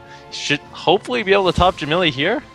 Yeah, he doesn't have any big healing mechanics, no Iron Bark and no NS, and there's the Fist of Justice onto Jamili. He might end up going down into the death range. Ice Nova connects. The Kidney comes out, though, onto CMG. And the Smoke Bomb as well, 40%. No, and he's going to disperse immediately at 40%. Try and save Floria's Trinket for CC later, but he comes out of the dispersion now. Frozen Orb comes out. He Power Word Shield, saved by the Light Proc. Deep Freeze onto Floria. They're trying to cut through it. Floria trinkets and uses the Bop onto CMG. Now a full poly onto Danny, which he's going to trinket immediately to get Jamili topped. He doesn't have Cloak. He doesn't have Trinket, but now the RMD is on the back foot. Both these teams are going to be a little bit cautious to push in, though. Look at this Trinket situation from every player.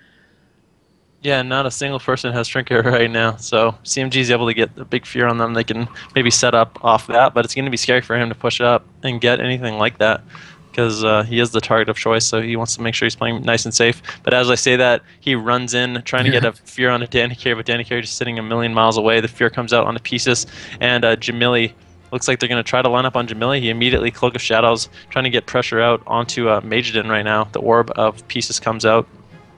Yeah, Jamili's just trying to delay, though, for his Trinket, I think. That's why the clones are getting thrown onto Majidin now, the Kidney onto CMG. Floria pre-sacks the Deep Freeze, though. They need to make sure they spell steal that off before they go for the poly. It doesn't seem like they're going to be able to. Pieces is tapped on mana. He goes for a poly on Majidin instead. Going to wait for the sacrifice to expire. Frostjaw onto CMG. Poly onto Danny Carey, though. Jamili into the disarm. He's line of sighting back here to try and avoid the Fist of Justice, but you cannot run from the law forever, Jamili. Into the Fist of Justice. Silence onto Danny Carey. Devouring Plague comes up. Ice Nova connects, and S comes out from Danny with the Iron Bark. He's shredding through it, though. 20%, 37%. Danny Carey struggling, but the Kidney onto CMG. Finally going to stop the damage. Floria with another sacrifice, though, delaying Pieces polymorphs even further. He's not going to be able to spell stay. He's completely tapped on mana. CMG being pressured. Floria pops the Avenging Wrath to mitigate all the damage coming out, but Jamili's killing spree is going to be off cooldown. He's building that red buff. No dispersion for 10 seconds. The killing spree comes out. 30%. Saved by the Light Procs immediately on the blind by the Deep Freeze onto Floria. Vampiric Embrace. Silence coming out onto Pieces, but he could just end up going down. 20%. The disarm at 20% onto Jamili. Now into the full Fist of Justice, trying to turn it around, but he trinkets immediately, gets the Eviscerate. It's not going to crit big. CMG getting locked out on VT, but a very scary situation right now for CMG. Trinkets the Kidney, immediately getting the Power Shield and line of sighting with the Feathers. Jamili connects once again, though. Floria just coming out of a clone. Comet Storm going to come in. Garrod smacks onto CMG, and Floria somehow, some way is keeping CMG alive. And Floria actually caught into the full sheep right now. He is going to immediately trinket that. DR Deep Freeze coming out by pieces into the triple DR Polymorph. CMG trying to get the MD out, but Floria's not going to be caught in any more CC, and here it goes. They're going to try to turn around on Jamili with the disarm on him. Can they get the fists out? Here comes the Fist of Justice, the Deep Freeze on Danny Carey. Jamili does not have a trinket. Danny Carey might have to trinket if a Polymorph comes in, but it doesn't look like it's going to. Peace is actually CSing Majordan right there, so well done by him. They're turning around on CMG down to around 30%, taking so much damage. Floria having to pop that bubble, but will it be enough? Could go down to 9%. Big heals coming out of Floria here, and Jamili still not out of the woods, taking damage. Danny Carey caught into that ring right now, using that smoke bomb both offensively and defensively. Well done by him. Floria has those wings up, and he should be able to top CMG off. Jamili forced into that cloak, gets Hodge out of that cloak. Danny Carey into the silence, is able to get the Iron Bark and some hots off, and is able to spell him as well. So Jamili should be fine for now, but Floria caught into the full sheep. CMG gets interrupted on that MD. He's down to around 30%. Floria has nothing. They can follow up this polymorph on him. It could spell the end. The full kidney comes out onto CMG. Defreeze onto Floria. This killing spree comes out from Jamili. The sack comes out, but it's not going to be enough. Down to around 5%, and he just dies. Yeah. Wow. Holy crap. Caught into that infinite RMD CC chain. Yeah, so we are at 23% dampening right now, and it is now 2-2. The boys are back. It is the match point. The next map is going to determine who goes to the finals. Let's take a quick look at that replay. CMG just taking so much damage. They got into that defensive position, and Floria's CC chain just never ended. The Horrifies go out on Jamili, just trying to prevent that damage, but that's the killing spree on the kidney. Floria, he just can't keep him up through all that DR'd CC, and CMG is going to end up going down at 22% dampening. But wow, what an amazing game from these players. And the next map is what I'm excited about. What is the last map? Ruins? To be determined. Oh, it's their choice. But it is going to determine who goes to the finals. I think a map like Ruins might be good for them. It'll allow them to I mean, Jamili will always be susceptible to those swaps. It looks like he has a target of choice all game. And on a map like Ruins, there's really nowhere he can run. So that's the test right there. I'll be interested to see if that's the map they choose. Jamili escapes the law that game narrowly. The Fist of Justice is not enough to pin him down. The slippery rogue that he is. Alright, so the next map choice coming out from I'm sorry, Exaryu is going to be... Thank you, Hannah, I appreciate that. Is going to be Ruins of Lordaeron. Hannah's always got my back, man. I'm trying to think in my head, what maps have we played that I can prevent them from, replaying, but, she got me. So the next map, guys, is indeed going to be Ruins of Lordaeron.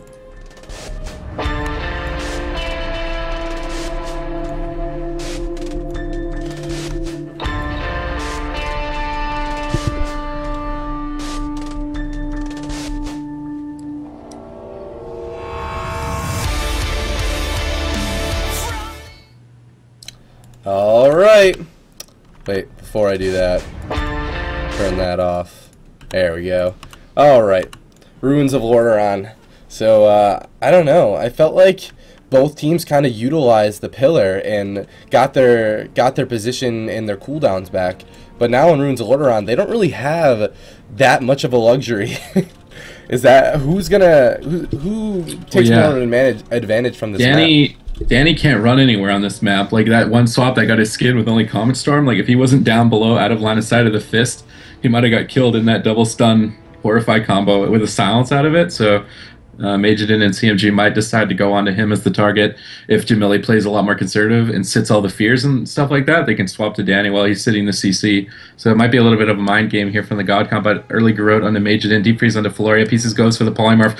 Gonna land it. It's gonna be reduced from the Freedom though. So luckily for Floria, he got that up. It's gonna get him out of that Polymorph a little bit quicker now. The Garrote onto CMG did get kicked on the Master Spell on that Polymorph, so good lockout on that. The Polymorph's just being spammed out from Pieces right now. Full blind onto Floria. Comet Storm comes down into the Kidney shot of CMG. He gets topped off immediately by Floria, bopping himself out of the blind, using the Avenging Rat to try and keep him alive through all of this pressure early on. But there's the Fist of Justice onto Jamili. Trinket Cloak comes out at 20%. He's going to escape death narrowly, 40% on CMG. Floria trying to keep him up and fakes some of the interrupts. He throws the Sacrifice out, but the Polymorph got locked out, so the Sacrifice a bit wasted. Jamili still getting pressured. The Vanish comes out to try and garrote CMG. The Frost Draw onto Major. He's going to Cold Snap and try and actually use an Ice Block to get out of CC there to get the Polymorph here onto Danny Carey, which is going to land full. He's choosing not to Trinket. The Killing Spree coming out from Jamili with the full poly onto Floria. CMG at 50% HP. He might have to disperse here. He's going to answer it with the save by the Light Proc, but it's going to keep him alive for now. Yeah, the stack coming out by Floria on the CMG as well. He should be able to top him off here. The Ward of Glory's coming out, but it's going to be hard for Jamili to avoid these CC chains. He gets caught into the Sarm, into the Hodge, but Danny Carey is able to dispel it. So the Jamili will be able to get up that feint and be able to tank that damage a little bit better. Meanwhile, CMG caught into the full kidney, taking the brunt end of the damage right now. Floria not in any CC just yet. Majin getting interrupted on that Frost by Pieces, trying to stop out as much damage as he can. Floria caught into the full sheep now. CMG gets locked on his MD immediately by Jamili, and out of the Polymorph, Floria will be defreezed. But Pieces in a lot of trouble right now, down to around 30% HP. Jamili caught into that sheep. No CC on Danny Carey right now. The Iron Bark comes out from Danny Carey onto Pieces, and he will be able to top him, but that was a nice swap by them. Yeah, and Pieces only has one block. He used one of his blocks offensively, so trying to capitalize on one of these mages playing too aggressively. Majidin right now has no blocks. If the RMD can set up on him, they might be able to kill him. Floria into the Polymorph. If they're just sticking on a CMG. Doesn't have his Dispersion. 40% HP. Deep Freeze onto Floria. He might have to bubble it. 30% saved by the Light Procs. Another DR'd Polymorph. He's trying to sit through it with the Freedoms. Majidin spamming the Polymorphs onto the DPS. But here's the swap onto Danny. He pre-bear forms. He gets the Bark Skin up, but they baited the Bark Skin again without using Devouring Plague. And on Runes of Lorna, he's not going to be able to escape. But in the meantime, CMG at 50%. Bubble out from Floria. Is it enough? Power Word Shield comes out. He gets cloned low HP. And when that bubble fades, they're going to be able to crowd control him, I would assume, here shortly, and they need to. There's the Bash follow-up. CMG completely alone. He throws the Fear onto Jamili and Danny, trying to keep himself alive. He goes for the Master Spell, but he's not going to be able to get it off. 16% into the Growth. Floria with the clutch bop at 16%. Majidin with the Polymorph spam onto Pieces to try and deny the spell steal, but he goes into the full clone. The bop ends. 19%, 20%, but horrifying to Danny. No Trinket, no skin into the silence. Overlap with the deep at 50%. Common Storm comes in. Fist of Justice DR almost into the Shadow of Death Rage. 20%, 16. The Iron Bark, and that's not enough. Danny goes down, but CMG with the cross kill. This is going to be a nightmare for Pieces and Jamili, though. Majidin playing Holy Paladin Mage with Floria here. It's going to be so hard for them to get a kill. Jamili caught into that full sheep, and it looks like Pieces will be the main target. And this, like I said, is sort of a hopeless matchup from what I understand. It's going to be hard for them to really get anything going playing Rogue Mage against Mage Healer. Mages and Paladins both being inherently tanky. But Floria caught into that full sheep, and it looks like they're going to try and pressure Majidin the best they can, but Pieces down to around 30%. Has to use that first Ice Block. Jamili has no Trinket into the full Hodge. He's just going to get re-sheeped, and this is just going to be a slow death unless Pieces and Jamili can pull out some sort of miracle. Yeah, Pieces is going to try and get a drink here in the room, I would assume, and he's sitting down, but Floria is right on his tail. He's not going to get any drinks off. The execution sentence coming offensively onto Pieces. Floria taking it personal, trying to take him down here into the deep freeze, but that's going to be it. The Ice Lance connects. An amazing series between The Boys Are Back and I Am Sorry Zaryu. Wow. Holy.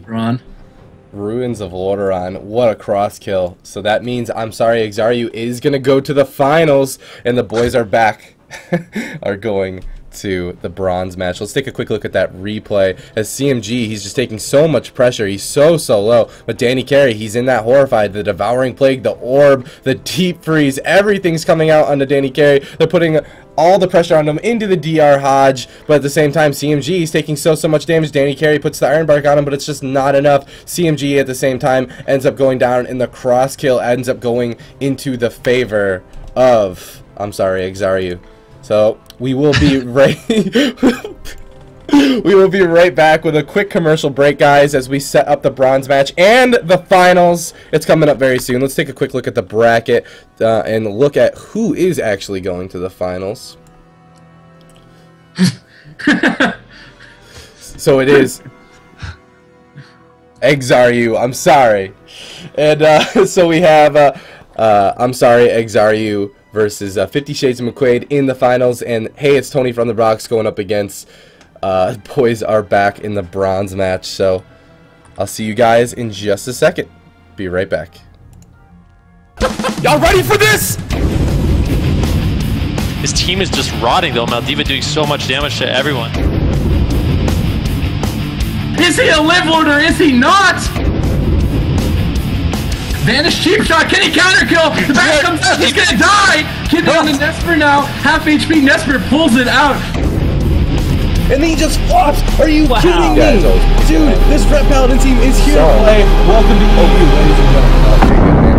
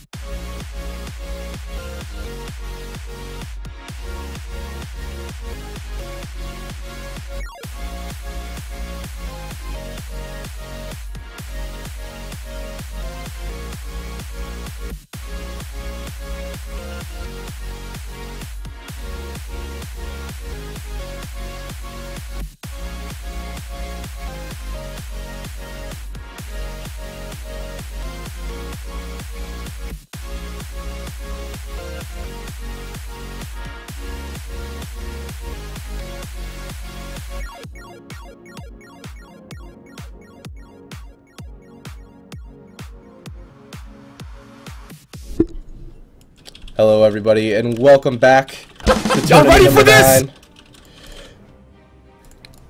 So, it looks like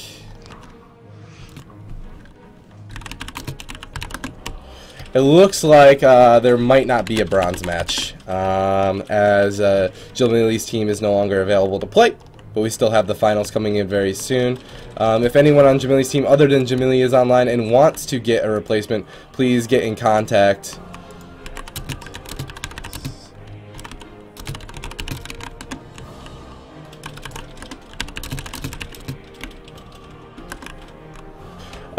Please get in contact with me if you want to get a replacement for Jamili. But yeah.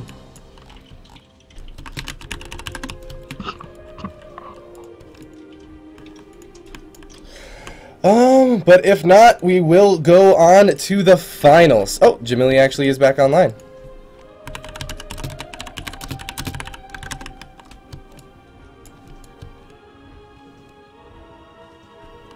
So, maybe there is going to be a bronze match. Supa, are you still here?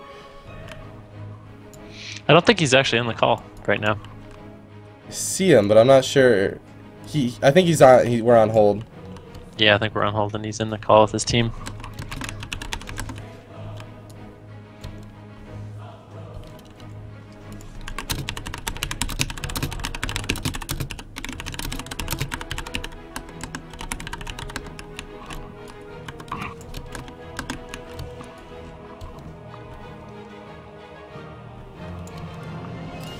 Hello? Yo, so there is going to be a third place match. Jamili has logged back online. So, it is the boys are back versus Tony from the Bronx. You ready? Dipping again? I think you I'm are. dipping again. Yeah. Sorry, Bye, buddy. Supatease. Bye, Supa. Good luck. Bye. I'm gonna get it put in my butt. I'm not happy. Yeah. Bye. Bye. Alright, we're going to be jumping into this bronze place match here very, very soon, guys.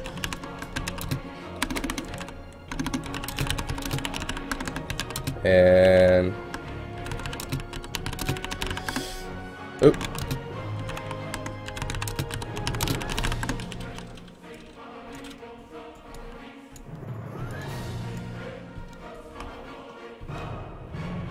Alright, both teams are ready. You ready? Yeah, I am ready, man. This So- is gonna be a good series. It's going to be a best of 5 between, hey, it's Tony from the Bronx versus the boys are back to determine who gets third place. And of course, the very first map of this best of 5 is in the Grand Arena.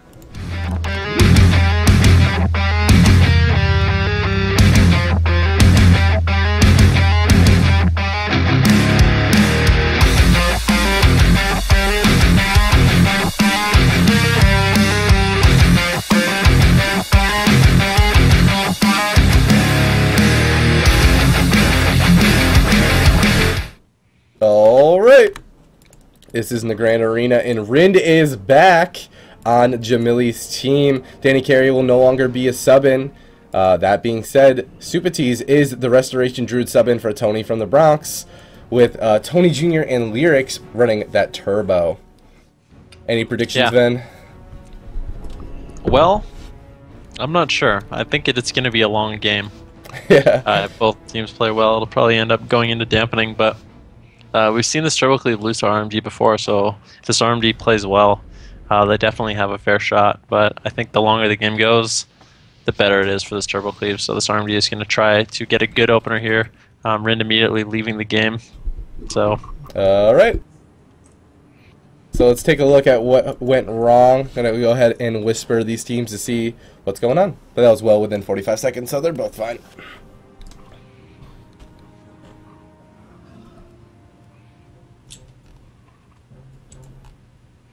Oh, actually Supa left, but Rin left as well.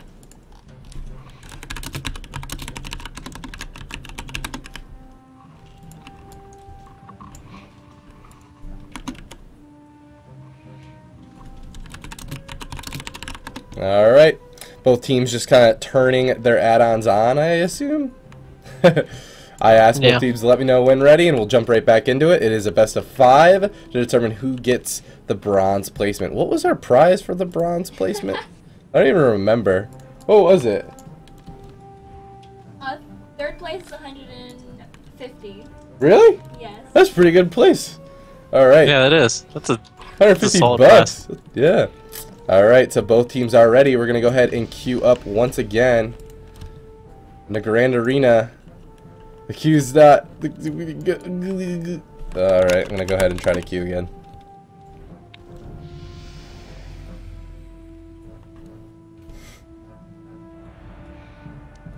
All right, I'll see you guys in there one more time. It's in the Grand Arena.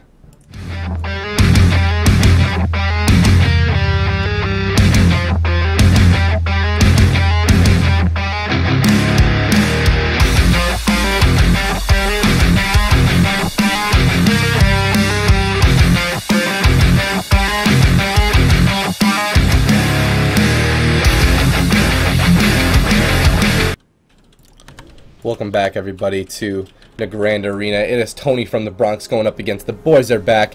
They're fighting. They're going to be playing a best-of-5 series to determine who gets that third-place prize, which is 150 doll hairs.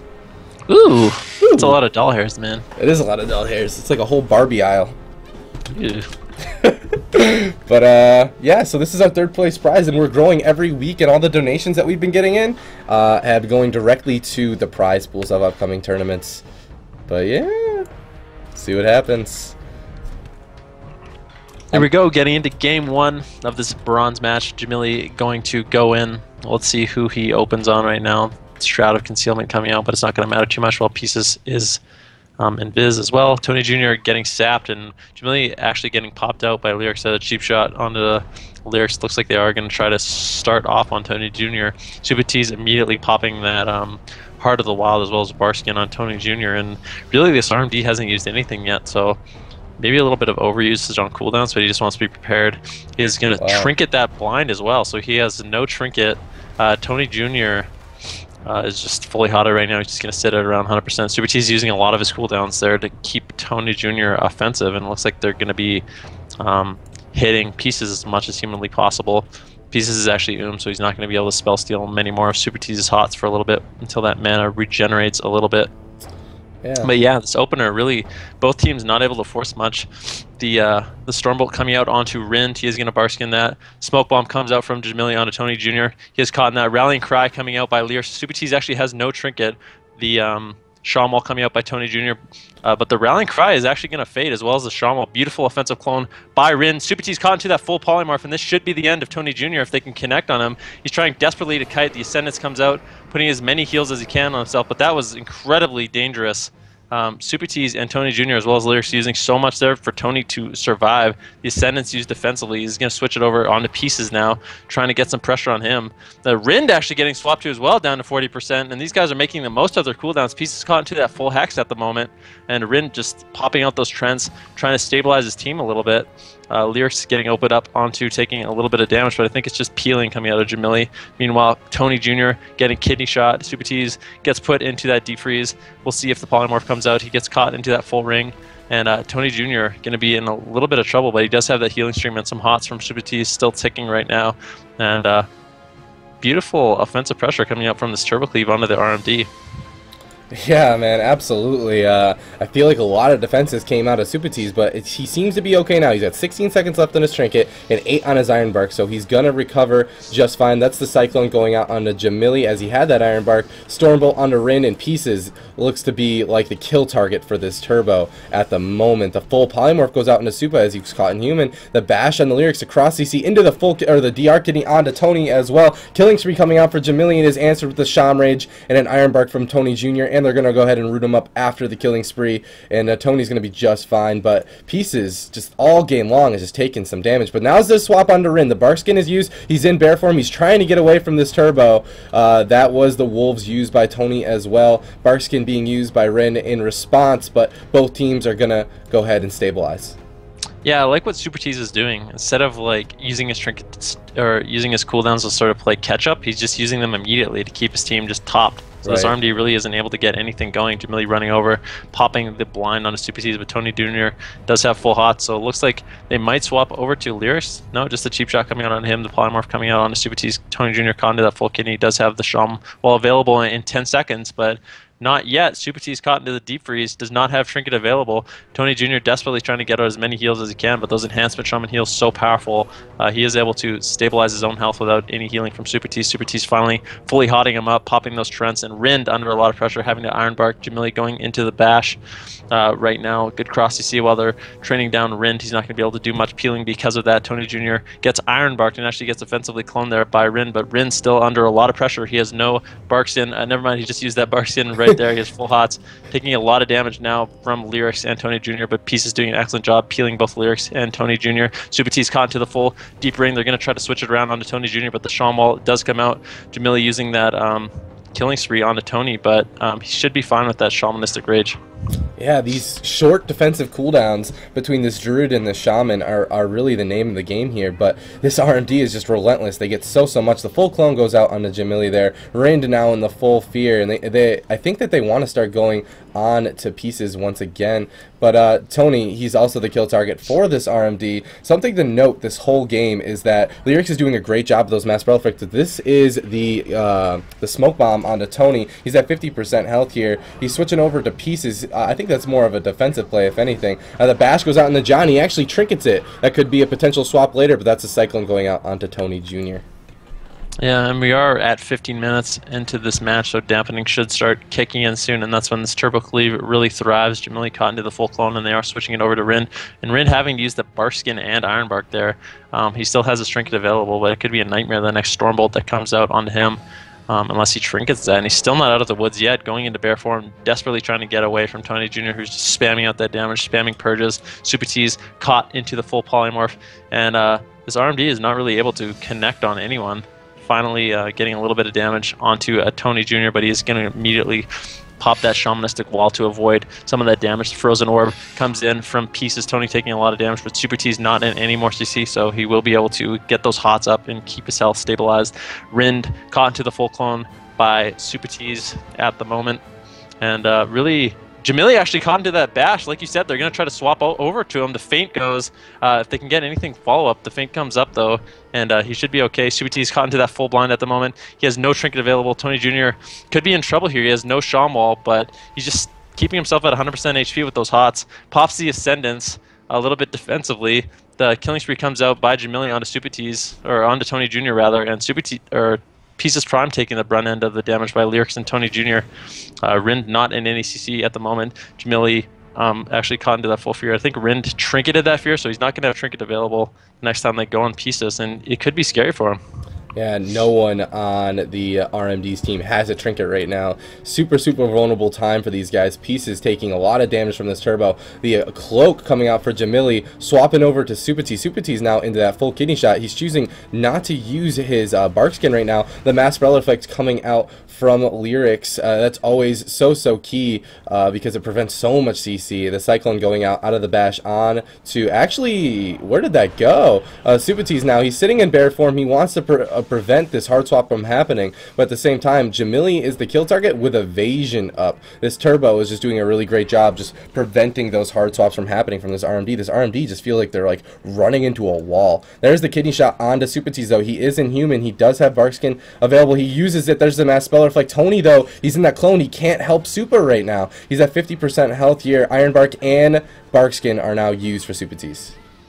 Yeah, he actually had Heart Hots and used Barkskin as well as Iron Bark there, but he does have Trinket available for the next swap. He's caught into that full polymorph. They're going to try to switch it over onto Tony Jr., trying to perhaps bait Supatease's Trinket, but he's going to save it. Tony Jr. should be able to keep himself topped off. Rind using that beautiful offensive cyclone onto Tony Jr. Let's see if they can get any false CC up on a Supatease. Rind trying desperately to chase down Supatease right now to get a cyclone on him. The bash comes out, but Lyrics putting the Stormbolt onto Rind, who could be in trouble. He doesn't have Displacer Beast. He used it offensively there, dropping down to 2% and just gets executed.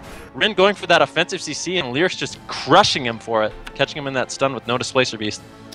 Yep.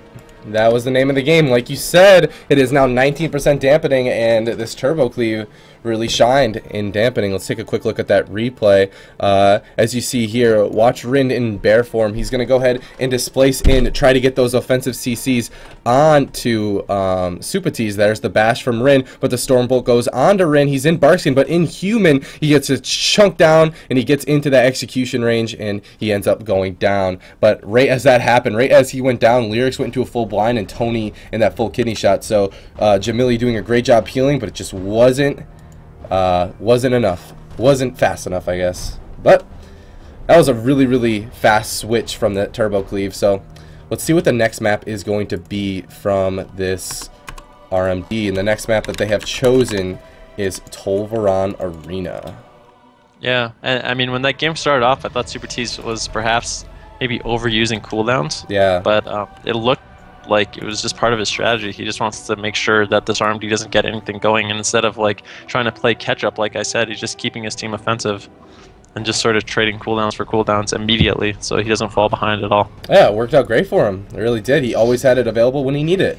But the next map, Tolvaran Arena. I'll see you guys in there in just a sec.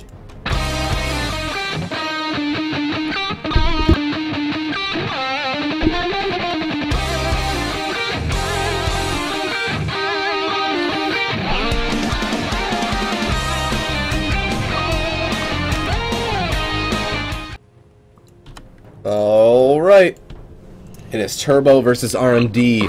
One map done. It is a best of 5. Tony from the Bronx is up 1-0 against the Boys Are Back. But this is the Boys Are Back's map choice, but I feel like it's not really going to make all that much of a difference, but it still was a close game. It could go either way.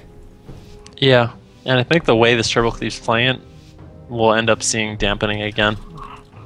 But we'll see. Maybe this RMD can capitalize on some mistakes. We'll see how it goes. Jamili running in immediately. The Magma Totem down by Tony Jr. Healing Stream comes out from him as well. It's trying to perhaps stop any damage that's going to be coming out in the opener. Lyrics gets cheap shot. They're going to open up onto Tony Jr. The clone coming out from Rin onto Lyrics. This is the opener they want, but they can't really get too much CC on Supatease, and Supatease actually gets sapped there. But he is able to pre-Iron Bark this damage, and Tony Jr. should be just fine. I mean, Iron Bark as well as Hots. Supatease immediately trinketing that blind from Jamili, popping the Heart of the Wild. And Tony Jr. really not going to take any damage here with these Heart of the Wild Hots, as well as the 3 Trents coming out from Supatease. This whole team will be stabilized for the meantime. Yeah, this Turbo does a really good job. They almost use like their cleaving ability to, as for CC, like that opener, they win on pieces and they make sure nothing went out. But that's the Barkskin for Supatease, the Mass Spell Reflect, the Orb, everything's going on to Supatease. He's in bear form. He's at half health though. He's trying to get out a line of sight. He's in Human. He's trying to get those casts off. He's getting away in cat form. He's trying to kite this RMD. That full poly goes out onto Lyrics though, and pieces though. He's constantly just getting locked down from this Turbo. Yeah, and that was a good swap on the Supatease. I mean, he has no trinket, and he doesn't have his Barskin available for another 30 seconds. So if he gets caught into a kidney like he is right now, they could just kill him. He's down to 40%. The Calm Storm comes crashing down. He does get the Rallying Cry and the Iron Bark up, though, so I think he's going to survive this swap. But that can be dangerous if he's using his trinket that offensively, and they can bait that Barskin like that. Yeah, they're getting efficient trades, this RMD is, but now look at Rin. Rin's taking a lot of damage. He has Iron Bark up, but is it going to be enough? I mean, the Blade Storm coming out and Tony connecting to Rin at the same time. This is a lot of damage for Rin to take. There's the bash and the Lyrics, though. Tony's taking a lot of damage. Supatease now caught into that full kidney. Barkskin is forced out, and this is also Orb. There's Deep Freeze right here. He's going to be taking so much damage very, very shortly. He's getting the regrowth off at the same time in the face of this RMD. Barkskin fades, Garrote comes out, and Supatease is sitting in bear form. He's not taking any chances. And Tony Jr. coming in there with the clutch enhancement Shaman Heals, helping Supatease survive pieces. And Jamili both caught into that full fear. They were going to try to swap over on the Rin, but he's just going to immediately bear form that, sitting in that very tanky bear form. The Barskin comes out. He's trying to get the Hots out on himself. Meanwhile, Supatease caught into the full kidney. He doesn't have his trinket up for another 5 seconds. Bomb comes out, denying any heals coming out from Tony Jr. Supatease is able to get that Iron Bark up, but he's down at 26%. The Mass Reflect, the Healing Stream comes down. Tony Jr. is trying to get out as much support as he can for Supatease, and so Supatease is going to displace away and hopefully be okay.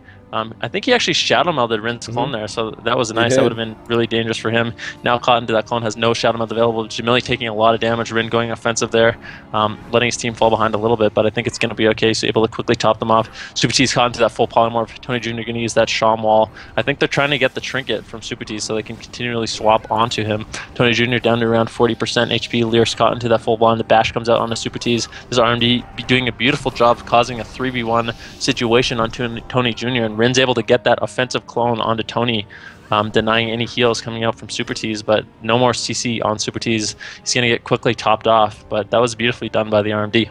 Yeah, absolutely. They got Supatease's trinket, just like you said, too, during that cross CC. So Supatease is vulnerable for those swaps. Rin now in a Stormbolt. Lyrics is looking at him. He's chunking him down as he is in that human form. Blade Storm comes out, and Rin answers it with a Barkskin sitting in bear form. But at the same time, Tony is now in this kidney shot. Supatease in the deep freeze. Is there anything to follow it up? Looks like he's going to avoid the CC for now. Tony's going to be okay as he does have Iron Bark on him. Jamili using that offensive cloak to continue to stay on Tony, but Tony's going to be okay for now. Stormbolt goes out onto Rin. Pieces gets that spell or that polymorph spell reflect, and it looks like they're actually going to go on Rin. Rin displaces away instantly when he sees that swap. The double fear on both the DPS though. Rin is completely alone with Tony and Lyrics on him, and he uses the Iron Bark and he goes into a quick DR stun. But Supatease at the same time, he's in that kidney shot. This is orb. This is a lot of damage. Supatease, he does have a Barkskin available to him, but then he ends up using it. But is it going to be enough? He's so low. The deep freeze comes out. He's still in this orb. The mass spell reflect comes out. Barkskin's still going. Nature's Swiftness coming out from Supatease, but he's still sitting so low. Adrenaline Rush coming out from Jamili, but Lyrics doing a really good job locking down that rogue. Yeah, that was really scary for Supatease there, and they're going to switch it over on the Lyrics. Supatease getting full clone, Lyrics popping that Enrage Regeneration. The Rallying Cry comes out as well as his parry. So it was every cooldown from Lyrics. He has no trinket available either. The next swap on him could be dangerous. He could still die. I mean, Supatease not out of CC yet. He doesn't have his trinket available for another 17 seconds. The Rallying Cry fades rather, and Supatease finally out of that CC. But this is scary. I mean, this RMD is just pressuring everyone. No one is safe, and they're switching over onto Supatease. He doesn't have his Iron Bark available. He has no trinket available for another 2 seconds. But he gets the Iron Bark up, and he's able to get some hots on himself. Some of the trends come out, and he should be able to stabilize. But this RMD causing so much pressure. I mean, Supatease does have his Barskin and Trinket available, but no one is really safe. I mean, the next swap on Lyrics could be a nightmare. And this Turbo Cleave really not able to force much on this RMD. I mean, dampening just started up, so that does help them a little bit. But for now, they're just under so much pressure. Supatease now has nothing but his Nature Swiftness and his Trinket available to him. Rin now taking a little bit of damage, but this RMD quickly peeling for him. Jamili seems to be getting a lot of peels from Lyrics. I mean, every single time they look at Supatease, this Turbo reacts quite well. Pieces taking a lot of damage, but when this Turbo goes onto Pieces, they just stop so much control, and this is recklessness coming out from this Turbo. Pieces actually gets that Iron Bark. Rin making sure he's completely fine. Rin now pushing in, trying to get a clone off of that Deep Freeze. Tony's in a little bit of trouble. He's in that bomb. Shamanistic Rage is used. He's gonna be okay for now, but as we get deeper and deeper into dampening, this enhancement Shaman's off heals might not be as good, but at the same time, the consistent pressure from this Turbo might be better off. But this is a tough game, man. Pieces now is the kill target for the Turbo. Yeah, Supatease still has no trinket if you look at his cooldowns and the swap potential on him. I mean, he still has his Bark skin up. Heart of the Wild's coming up in 2 seconds. He does displace, though. The killing spree coming out from Jamili onto Supatease. He does immediately Bark skin that, but that might not be enough. Gets caught into the DR bash.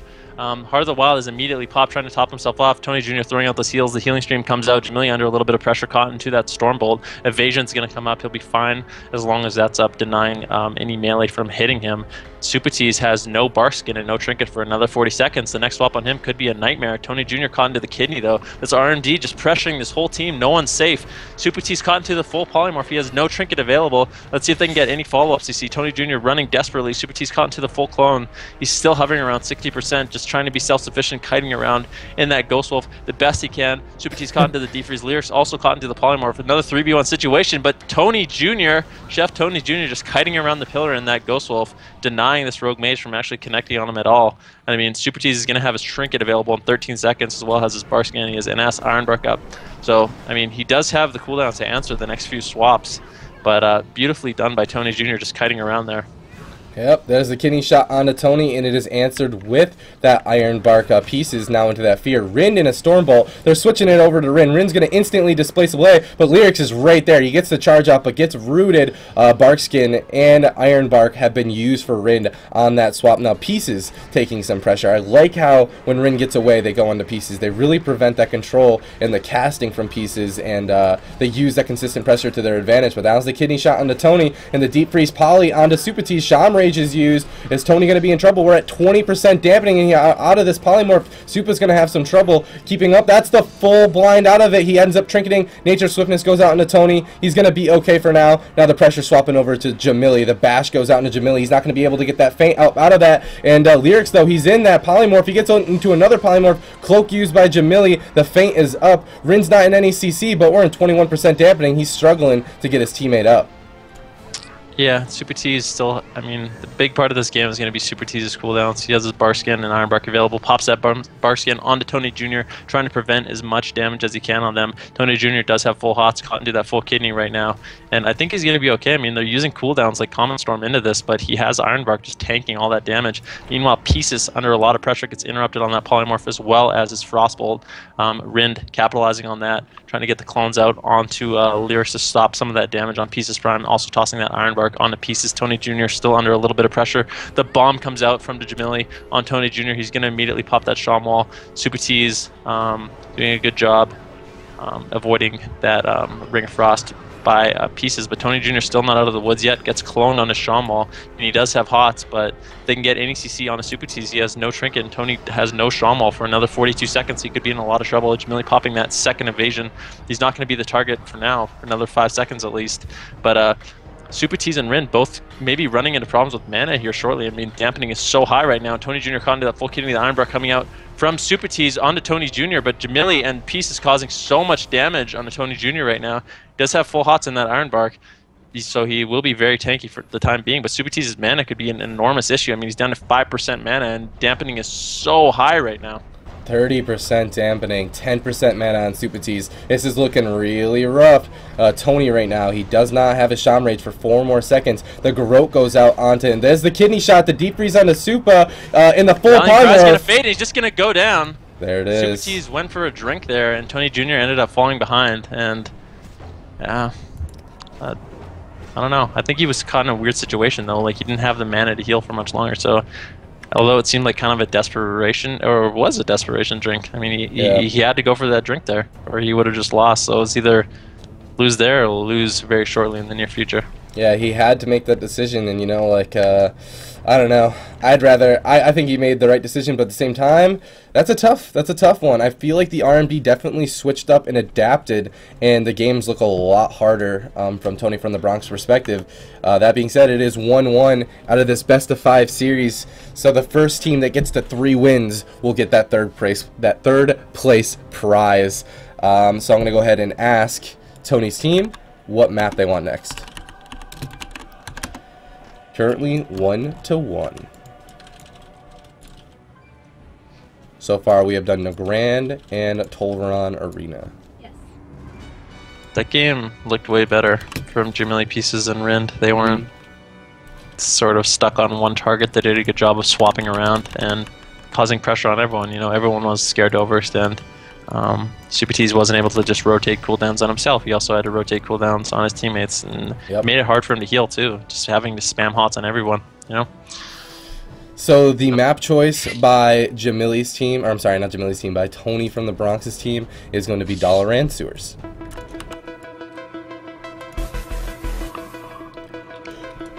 Ooh, man.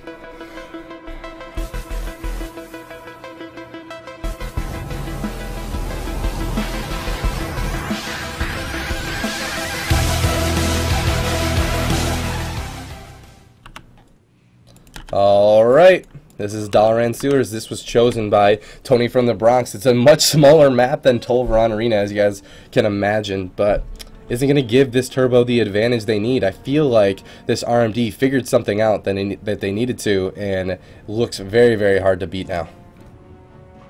Yeah, but I mean that's the point in dampening where it becomes really hard.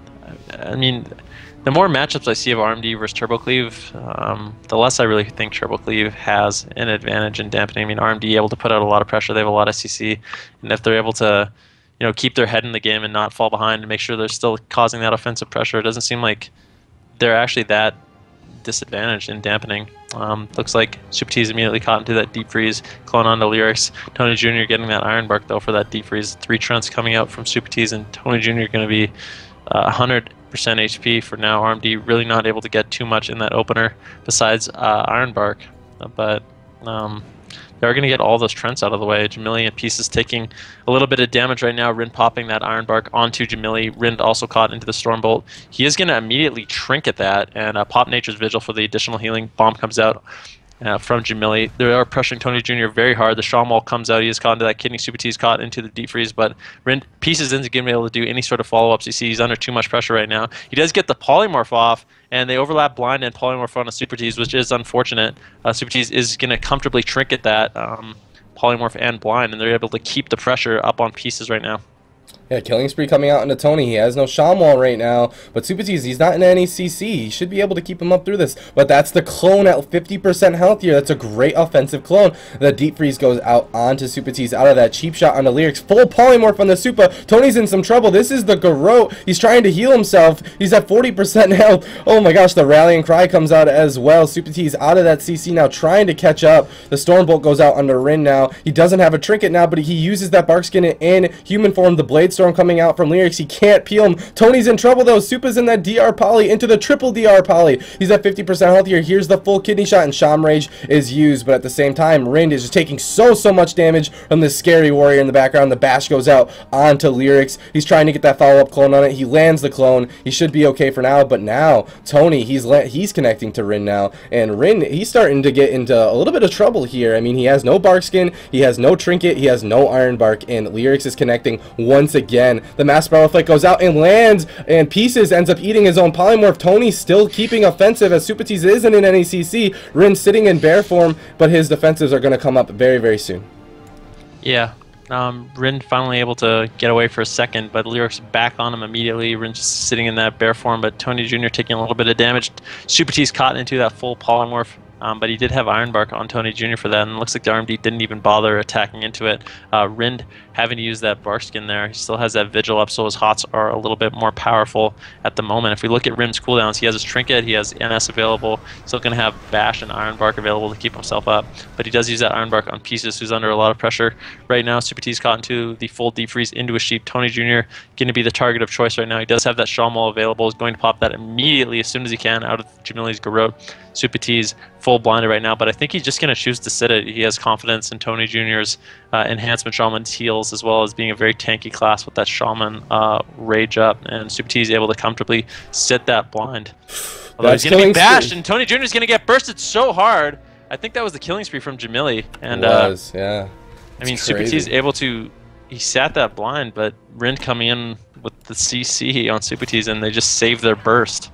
And Tony Jr. got exploded. That was crazy. I really did not expect that kill to happen. I didn't either. As soon as I saw Sham Rage goes down, you see the killing spree come out, but that's just a testament to how much damage is actually reduced with that short cooldown of the Sham Wall. Let's take a quick look at that replay and keep an eye on to Tony. Tony's just sitting completely fine. Supa in the full blind, but Tony, he's healed himself more than when Supatease first went into that CC. The Shamanistic Rage is 4 seconds left, and keep an eye on Jamili's killing spree. As soon as the Sham Rage goes down, the kidney shot comes out, and that is the orb killing spree, and it's gonna knock Tony down, and that's it. So it is currently 2-1 in favor of the boys are back.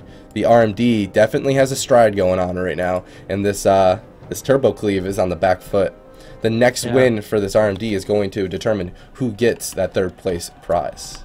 I think a big change we're seeing this game is, I mean, Supatease is using a lot of his cooldowns sort of preemptively, like the Iron Bark, and in the first couple of games we saw the RMD sort of trying to attack through that, and I think it's not the right tactic. They need to just wait for that stuff to fade and do their bursts when there isn't those huge damage reduction cooldowns up. You know, wait for the Shaman Rage to fade, wait for the Iron Bark to fade, and I think they get a lot more value out of their damage that way.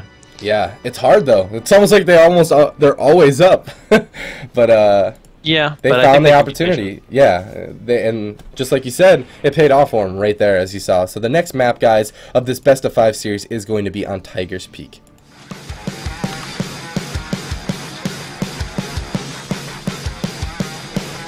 Oh my gosh. That was intense, man. He took so much damage in that shot rage. Or without that shot rage. It's crazy.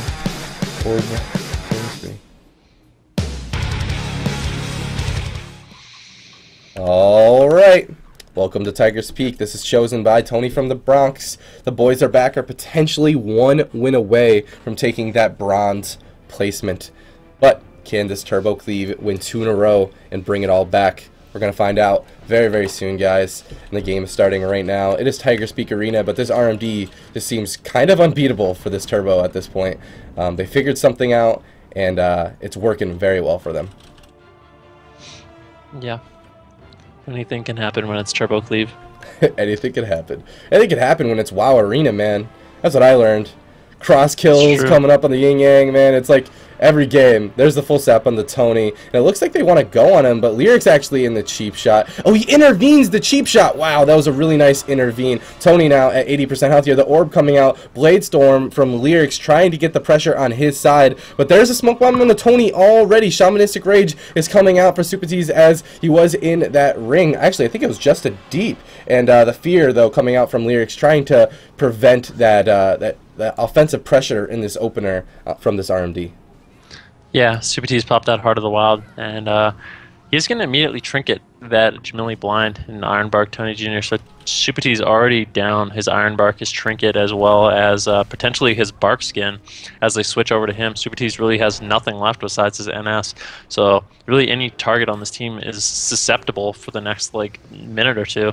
Rin taking a little bit of damage, but Supatease still not out of the woods yet. Caught into like a root. The Heart of the Wild is going to fade. Master Flight coming out from Lyrics trying to prevent a little bit of damage, but Jamili just on his back immediately, able to Shadow Step on his Displacer Beast. Some trends coming out from Supatease, and Supatease is now caught into the full kidney. Lyrics coming back, trying desperately to peel for Supatease, tossing the Storm Bolt onto Jamili. Supatease is in bear form with Hots. Does get cloned though by Rind.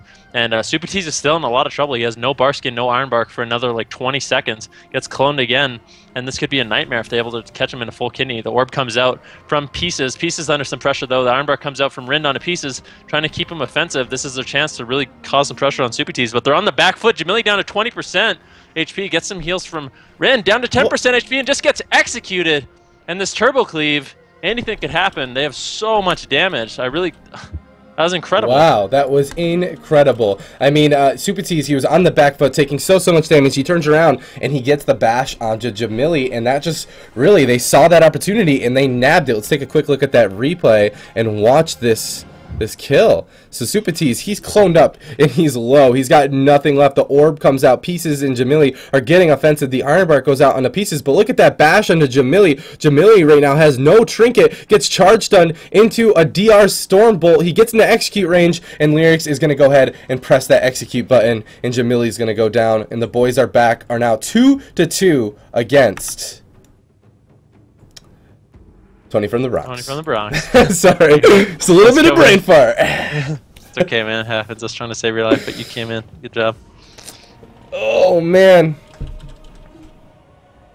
So I just wanted to say hello, EU. I hope that there's a lot of people from EU watching, as this time was made specifically for them. And also, just a quick reminder, guys, the Arena Monster Invitational is right after this tournament. Later on in the day, make sure to catch that tournament. It is going to be a good one. There are some amazing players playing in that tournament, so make sure to check that out. We will be linking you guys that stream after this stream is done, so stay tuned for Arena Monsters Tournament, the Invitational. It is going to be intense. Don't miss it. Oh boy. Alright, so the next map chosen by Jamili's team. The boys are back with Rind, and Pieces is going to be on Blades Edge Arena.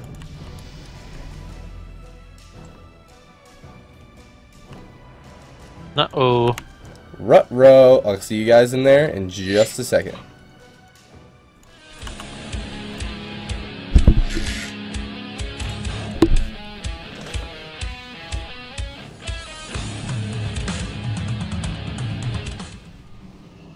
All right, boys. It's Blades at Arena. It's 2-2. The next map, the next win is going to determine who wins the bronze match. And 150 bucks. 50 bucks each for each player, man. That's a lot of money. That's like, I don't know. That's like, it's a hot date. Whoa. I mean, Yeah, it if is. you're into that sort of thing. It's like 5,000 pennies. Whoa. Whoa. I hope they don't ask me to pay them in 5,000 pennies, though. Fun little fact, Canada actually doesn't have the penny anymore. We got rid of that currency. So. Well, Canada sounds like a smart place because they're useless. The final game of this third, fourth place matchup here. Gates do open. Lyrics charging in on his little chicken mount right now. Jamili looking to get a good opener again. The sap comes out onto Tony Jr. at the moment. But Lyrics using that Blade Storm to just pop Jamili out and really deny any sort of opener he gets. The bash comes out from Supatease on Jamili. Stormbolt onto Rin. It looks like Jamili will be the target of choice for now. The adrenaline rush coming out from Jamili, trying to get those Sinister Strike stacks up to get that red buff as soon as possible on a Tony Jr. Full kidney bomb comes out on a Tony Jr. and is getting a little bit of damage out. Supatease is able to get into that bomb, get the Iron Bark on Tony Jr. and he does have Heart of the Wild proc, so Tony Jr. not going to really take any damage through this bomb kidney. Yeah, that being said, they did get some pretty good trades. I mean, they got that Shamanistic Rage on top of that Iron Bark, but Supatease now, he's taking a lot of damage. That was Killing Spree. This is Orb. He's using Barskin. He's just sitting in Human. Is this going to be enough? He's at 4% health here. He's in Bear form, but it's not going to be enough, and the boys are back, are just going to go ahead and make that hard swap on to Supatease, and he's going to go ahead and flop, but wow. Wow, I did not expect that series to end the way that it did. Yeah, I thought that would be a longer game, but good swap by the RMD. Supatease getting caught into that full kidney shot and bash out of that, but he had Iron Bark and Hots there, and he still just died. I mean, that was a tremendous amount of damage with that red buff Killing Spree and the orb coming out from pieces, so yeah. There it is. Not much you could do. That orb Killing Spree, man. Holy crap. Let's take a quick look at that replay. There's the Iron Bark, the Master Reflect, and the Sham Rage onto Tony. He's completely fine, but they're getting ready to make that swap onto Supatease. Keep an eye out on him. He's got that Heart of the Wild up, but there's that kidney. He answers it with the Bark Skin, but it's not going to be enough. The Killing Spree from Jamili. He's got the evasion just to prevent the peels, and the orb Killing Spree is going to keep Supatease so low that he cannot recover. But that was an amazing series. Shout out to my boy Supatease. Definitely played well. And don't forget that he was a sub-in for this team. It's a big deal. Definitely not playing like it, though. They had right? a good showing. They really did. Congratulations, Tony on the Bronx on their 4th place, and boys are back on your 3rd place finishes. Congratulations, guys. So I will be in contact with both of you guys after this after this tournament. So stay tuned for that. We also have some announcements for tournament number 10, guys. So also stay tuned for that. But yeah, we're going to be jumping into the finals very soon. But I got to go get my boy Supa back in this call and give him a pat on the back before we do that. So we're going to take a quick commercial break. So stay tuned. Turn that ad block off as it does directly support us. All that ad revenue goes into making sure that we can continue doing that. But not only that, Mr. EU, all the EU watching. We want to continue doing these tournaments, and we want to start a weekly EU tournament, but we need your help to do it. We need to grow a little bit more until we do that. So make sure to turn that ad block off. If you want to support us, we'll be right back. Y'all ready for this? His team is just rotting, though. Maldiva doing so much damage to everyone. Is he a live lord or is he not? Vanish cheap shot, can he counter kill? The back comes out, he's gonna die! Kid on the Nesper now, half HP Nesper pulls it out. And he just flops! Are you kidding me? Dude, this Red Paladin team is here to play. Welcome to EU, ladies and gentlemen.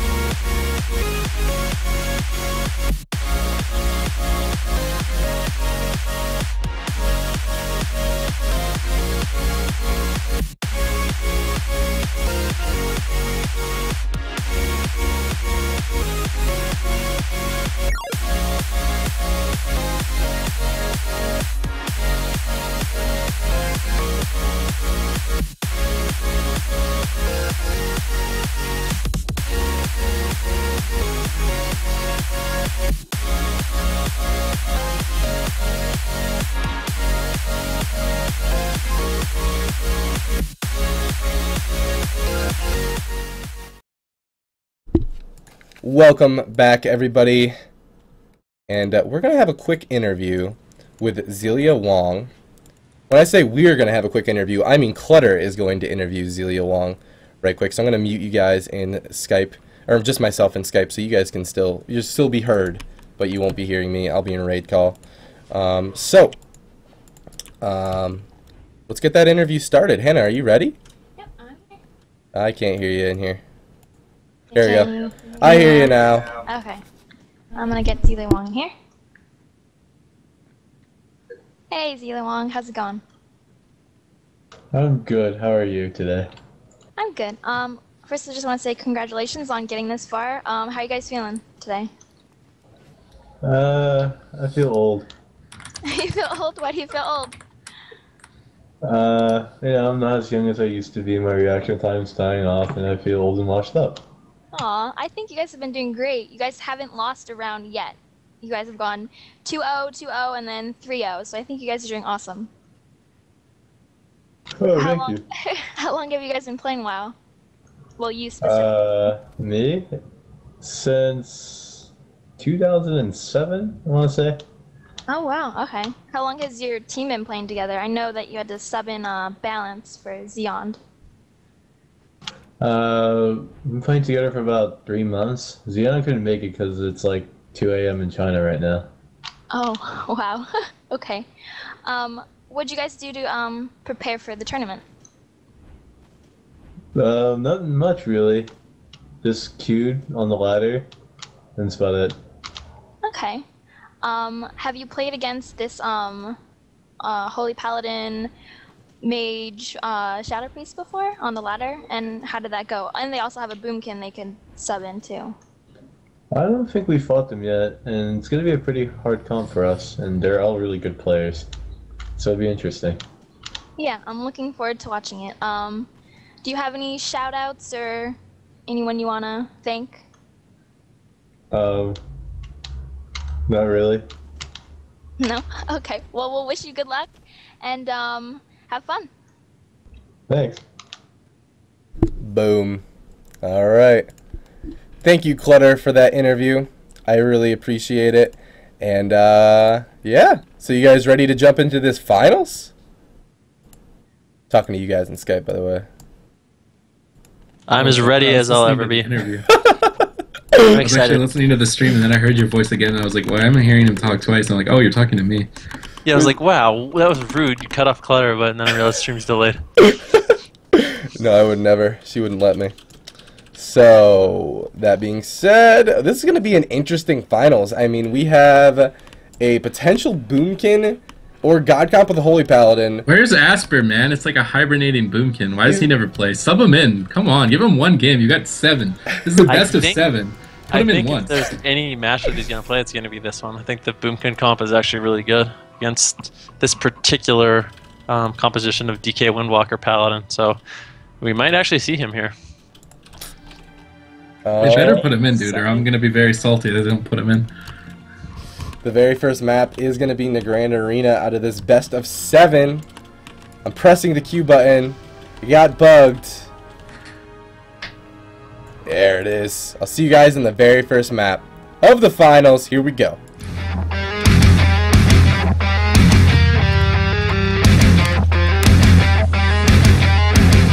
Thank you so much for that sub. I really appreciate that, man. And welcome. I don't know my thing on. Can we leave? Oh, Can we leave? yeah, we could leave. I have to switch all of my normal add-ons off and turn the spectator on, and then switch the spectator off and turn my normal add-ons on to be able to play. And that's why, like, I forgot, because I keep forgetting to turn them on and then on and then on and on and on and then off and then on. I have to click this quickly. Sorry. Sorry, guys.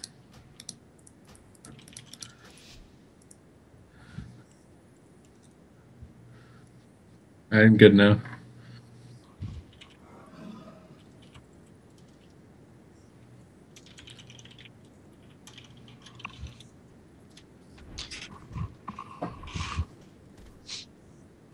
Muted. This is awkward. Don't judge me, guys. This is Supatease. He mixed me up, man. That's why. We all just mess each other up. Let me know. Are you ready, buddy? I am now. Alright, cool. I'm gonna go ahead and press the Q button again. One more time. If any Soda Poppin' subscribers are in our chat, make sure to spam that mic muted. There it is. I see that emote. Alright, so we're going to jump right back into this best of 7 series on the Grand Arena. Uh-oh, what happened? Are you okay? Hello? What is this noise that's going on? Yeah. Okay, oh, it's a boomkin. Boomkin. Oh, it's a boomkin. Oh, that's why. Yeah! Boomgasm, dude. So, you've never experienced a boomgasm? When's the last time you boomgasm. thought you'd see a Windwalker and a boomkin in the finals of a tournament? Just... Wow, be real for a yeah. second. Holy crap. Let's take a step back and take a look at this game in a different light. Is this real life right now? There is no resto And druids. a holy paladin on each There team. is no resto druids. There is no rogues. No rogues, No, there's no mages, no, there's a no mage, shadow yeah. priests. This is no... the best WoW Rocks Arena get tournament strong. final ever. Actually, that's not true. But This is this is amazing, man. Wow. so. I think what this team is, the team of I'm sorry, Exaryu is going to try to do against 50 Shades of McQuay is catch balance in those Hodges and try to burst them down with CC on Zilia Wong. So it's going to be up to balance to rotate his cooldowns appropriately and not get too over aggressive, or it could be big trouble for him. Ooh. The Hurricane Strike's coming out to Floria into the DR. Likes if he gets the wall up, but is it enough? 50%. Trying to kite away with the sprint, but he gets gripped back. 30% now. Pops the execution sentence with the Avenging Wrath to answer all the remaining cooldowns. He's going to top himself off for now. Zilia Wong into the last poly. Trying to go for a clone. The full clone's going to land. Revolutio stole it, though. Throws it right back onto Asprey. Has no trinket available. Floria still has his bubble, 2 bops, and trinket, so he escapes that opener reasonably well off with cooldowns. Balance kind of being pressured here. He still has the diffuse magic as well as the touch of karma. He's got to be careful with the touch of karma later on. He's throwing his images around, trying to spread pressure, but so many star surges, so little time. 40% HP. Zilia Wong with the sack is just immediately going to bop balance out of the bash. And there's the paralyze onto Asper with the X60 onto Floria. They need the cross CC on the Boomkin to get the kill, but balance has to nimble out of the stun, activate the diffuse magic. But Floria might be put into the bubble here. Soul Reaper's up, saved by the light procs. They're trying to shred through it. He's trying to run away, but the Hurricane Strike's coming in thick right now. Floria's still running desperately, trying to save his bubble or his trinket, but the full Hodge onto Asper now from Zilia Wong. He lands the beam. Unfortunately, I think it's going to get Aura Mastery. It gets Tiger's Lusted as well into the full clone now, but Floria's still under so much pressure.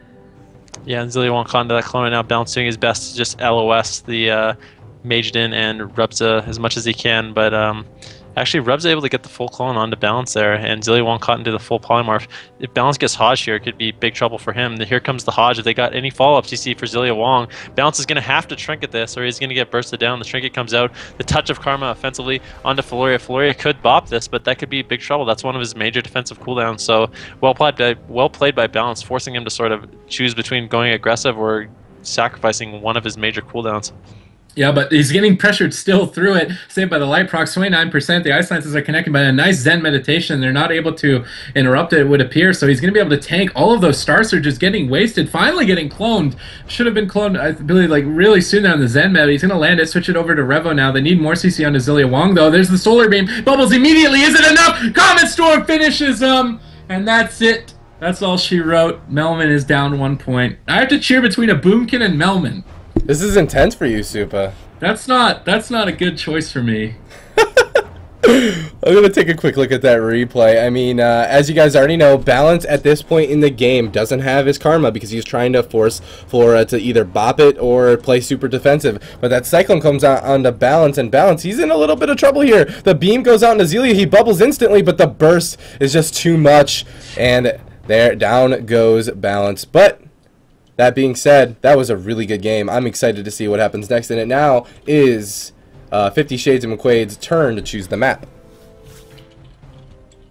Yeah, absolutely. I don't know what map really benefits them. They'll probably end up picking something like I think it's potentially Blade's Edge. I don't know. Blades. Blade's Edge is kind of a double-edged sword though, because although Balance then has the Z-axis port, Zilia Wong is going to be CC'd forever. He doesn't really have anywhere to go. Majidin and Rubs are going to be able to CC him as much as he possibly want. Xeon went too ham. Just gonna say that, he just went way too ham. Like, Boomkins, like, if you run away from them, then it's really hard for them to catch you and kill you. So I feel like if he switches his playstyle off from this high gear run at Floria, like he's kind of maybe used to playing, and changes it and plays more defensively, that's where he can get his opportunity to win. But, like, I don't think it's gonna work just running at Floria. I think you're always gonna lose the race. Yeah. There's just so much CC for Zilia Wong. Well, they chose a different map. They chose Dalaran Sewers, a smaller map. So I'll see you guys in there in just a minute. It's not Xeon, it's Balance. It is Balance, yes. Spacing. Sorry. How dare you?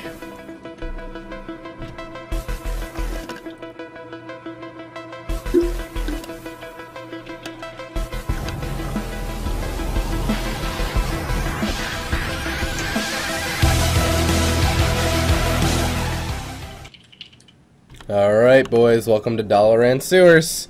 This is the map chosen by 50 Shades of McQuaid. Let's see if it makes a difference. Can they bring it back against this? What is this comp called?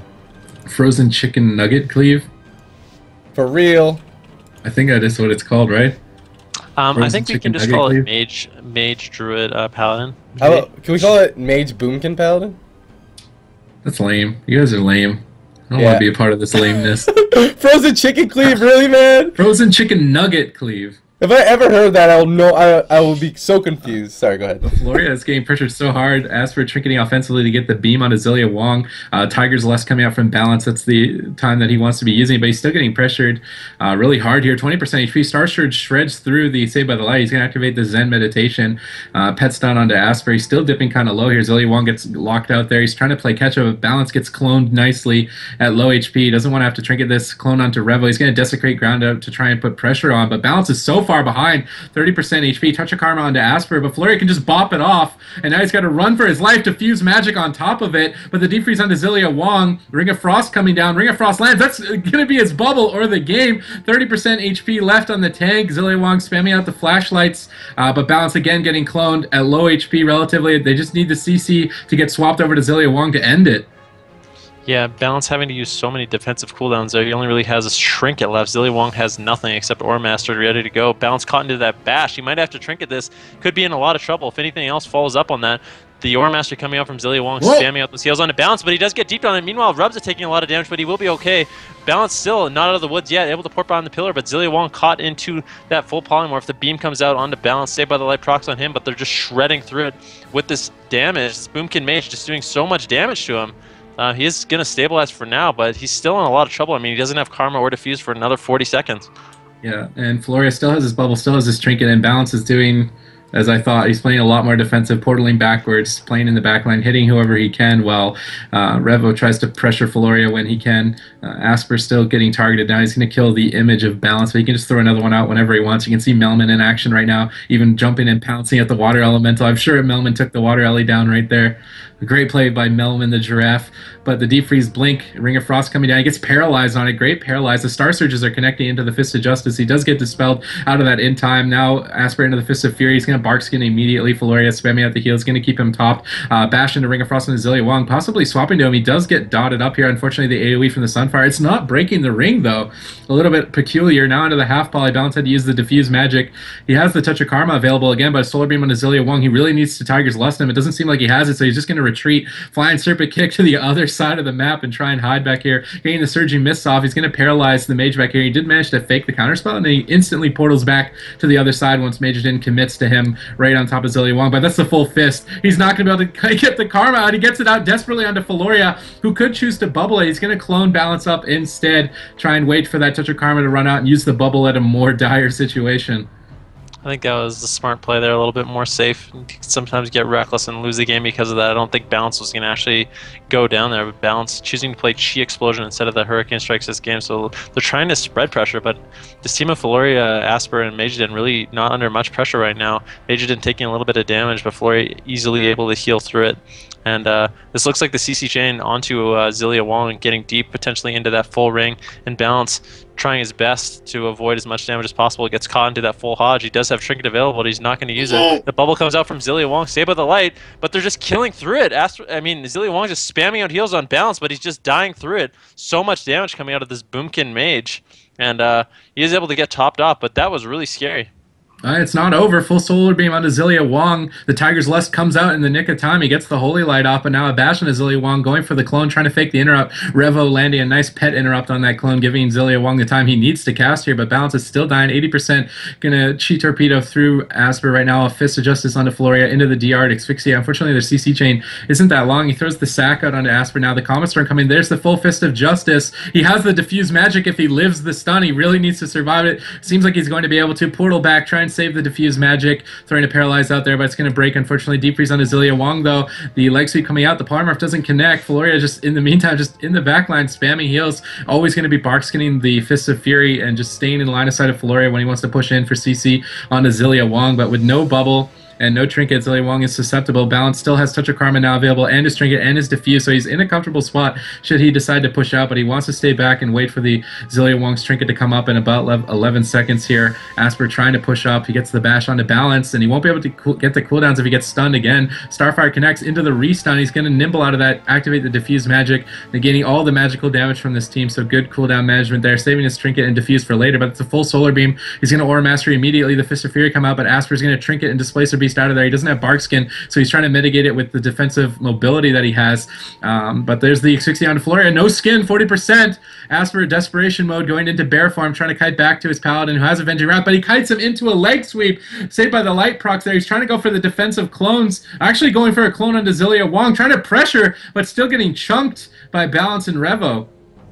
Yeah, Revolution actually getting put into that full clone by Asper, but Balance caught into that Hodge, having to trinket it immediately. And if we look at Balance's cooldowns, all he has left is Diffused Magic. So if he gets caught in a stun, he could be in a lot of trouble, and he's still low, using that Fist of Fury a little bit defensive as Majidin pushes in, stopping him from following up any CC on Zilia Wong. Floria caught into the Asphyxia, Rebza getting Hodged, have to be into that Bark Skin right now. He's going to try, he's taking so much damage. Floria able to get that sack out on Balance's Incapacitate, so well done by him. But, I mean, Balance is still going to be in a lot of trouble. He has full dots right now, taking huge bursts from Majidin. If he gets caught into a stun, it could just be the end. Full solar beam coming out onto Zilia Wong, and the Fist of Justice comes in. He has no trinket for it. Saved by the Light comes out. Zilia Wong having to bubble. Hopefully he can get some heals out onto Balance, but he just might dive through these bubble heals. Unbelievable. The bubble comes out, does get bopped off by Floria, and Balance does get cloned on that. This clone swapped over onto Zilia Wong, and Balance still not out of the woods yet. They could be on a lot of trouble having to use Diffuse Magic as well. Zilia Wong now Deep Freeze. Just seems like the CC chain is infinite on Zilia Wong. Caught into that Polymorph. Balance bash. Down to around 20% HP. The Zen Med comes out. If they need to interrupt it, it gets hodged on it. Down to 9% HP. Zilia Wong is still not out of CC somehow. And Balance is going to go down. This Mage Boomkin Paladin just seems like they have infinite stuns in CC. It's insane. Yeah, Zilia never really got a break there. Whoa. So, that is going to be 2-0 for I'm sorry, Exaru. Sorry. I got it. Wait, what is it? One more time? Zaryu. What was I saying? I'm just going to start saying Exaru. Like, let's just change his name. Oh, okay, so that, when I was saying it that way, it was wrong, but when I was saying Zaryu, it was right? Yeah. Okay. Cool. Alright, man, there it is. So, we're going to jump into the third game of this best of 7 between these two teams. This is the finals. This is going to determine who wins it all and who gets second place.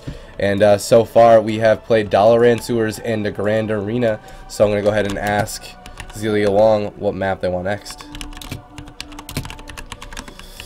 That was intense, man.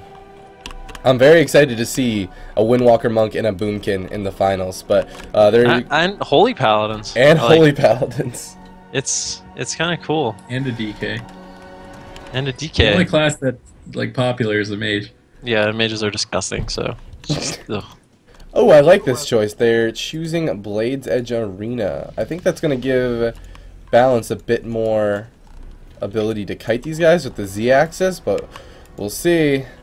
So the next map, the third map of this best of 7 series, guys, is going to be on Blades Edge Arena.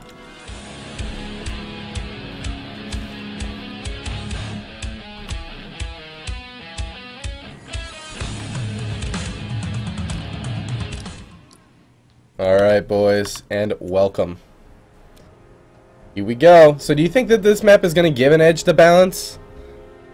I think that it's going to allow Balance to kite a little bit more, but I don't know how much it's going to matter, because Zilia Wong is just going to be so susceptible to CC on this map. It's just, those CC chains, unless they're interrupted, they never end. And if Balance is jumping down to just run away, he's not going to help contribute to interrupting those CC chains, and Zilia Wong just might never get out of it.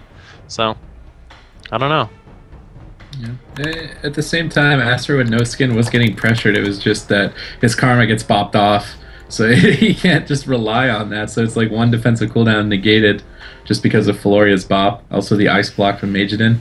Maybe he needs to hide his karma, like put it on the water elemental. I don't know if Floria wouldn't even notice that and just bop the water elemental, but something needs to be changed. The full fist in the center of the map is getting denounced. It could be over. Saved by the light coming out. The solar beam not connecting before the diffuse magic gets put up. Zilia Wong into the half poly. Now Balance cloned at low HP. The saved by the light. The remaining amount of absorb that's left is going to fade. Bash on Zilia Wong now. The CC's not ending. Possibly the full clone. The full clone lands. Balance is trying to chi torpedo down below and kite back up to Zilia Wong as he comes out of the full clone here, but Asper getting cloned up by Revolution. He stole that, but Balance is still getting pressured so hard the karma might have to come out. Ore Master coming out, gets cloned half on the Ore Master. Clone swapped over to Balance now to mitigate any healing coming out from Zilia Wong's Avenging Wrath, and now he gets deeped on it. Maybe a full polymorph landing out as well. He's trying to fake cast some interrupts. He fake casts some Mind Freeze, lands the full poly. Balance trinkets, or sorry, no, Zilia Wong trinkets and dispels Balance out immediately, and now the Breath of Cindergosa is pressuring Asper and Majidin! The Amplified Magic comes up at 20% HP.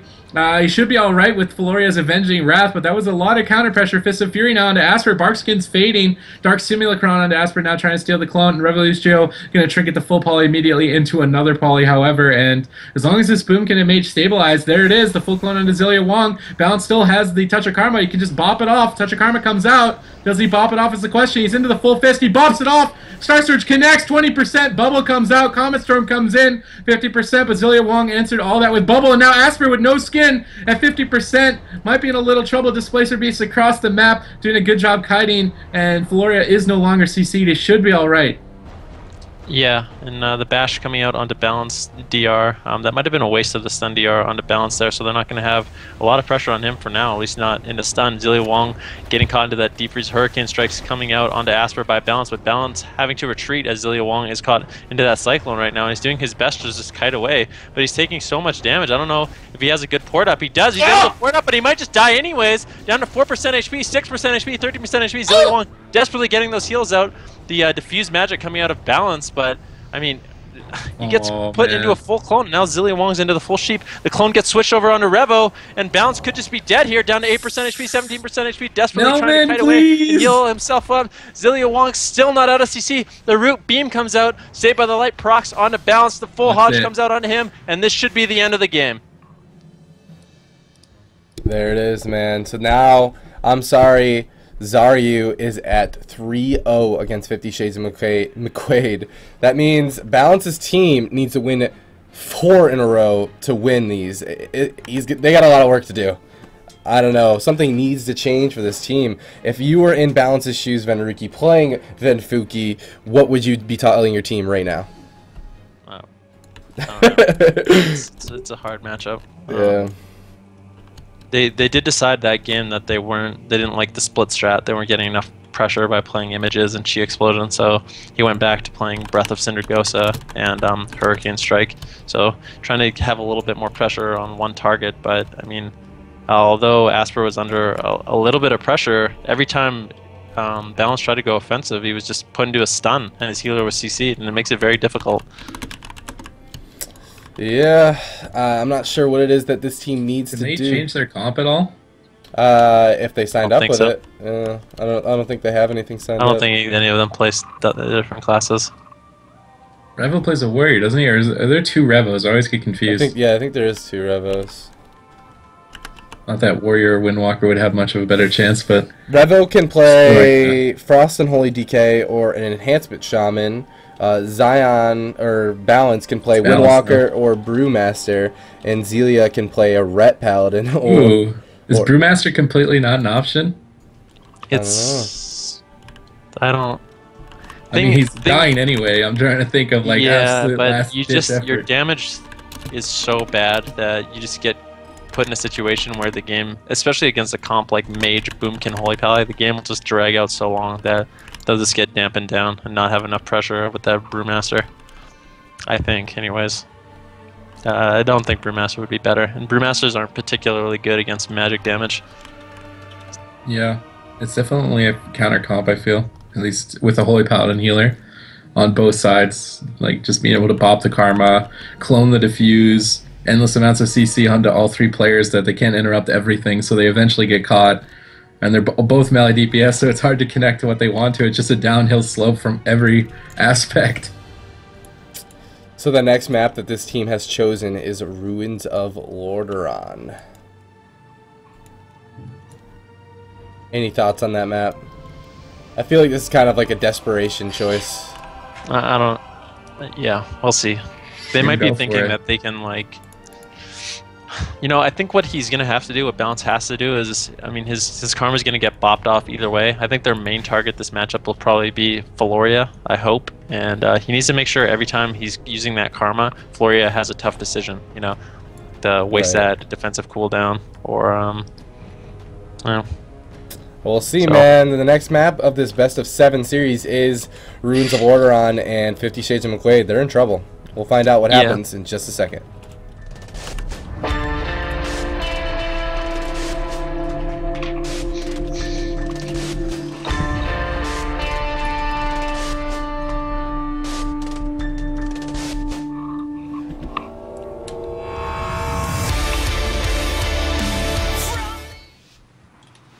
Alright, boys.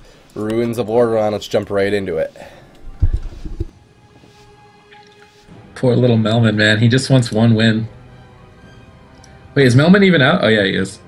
Flying Serpent Kick to the center of the tomb. Revolution with the early X60 onto Floria, trying to pressure him as much as he can. Balance in the meantime is pressuring Magedin to try and lock down the Polymorphs, already interrupting one, but Asper's just going to go for the Root Beam, and he does lock him out, and there's the full Fist of Justice onto Balance, and Zillia 1 gets locked out again into the full Deep Freeze now, incapacitate onto Asper to try and mitigate the damage, but the Ice Novas are coming in. Double Leg Sweep connects. Magedin and Asper both trinket that. Floria getting locked out. He should be alright, but the Stolen Clone thrown back on Asper, and Balance Comet Storm connects onto him. 30%. Zillia 1 with the Avenging Wrath, trying to panic top him off right now, but he gets cloned. Low HP with the Breath of Cinder Ghost onto Floria. Activates the Avenging Wrath Execution Sense to top himself off to heal through that burst from Revolution. The offensive AMS as well, but there's the full poly on Zillia Wong, forcing the Trinket. Fist of Justice onto Balance.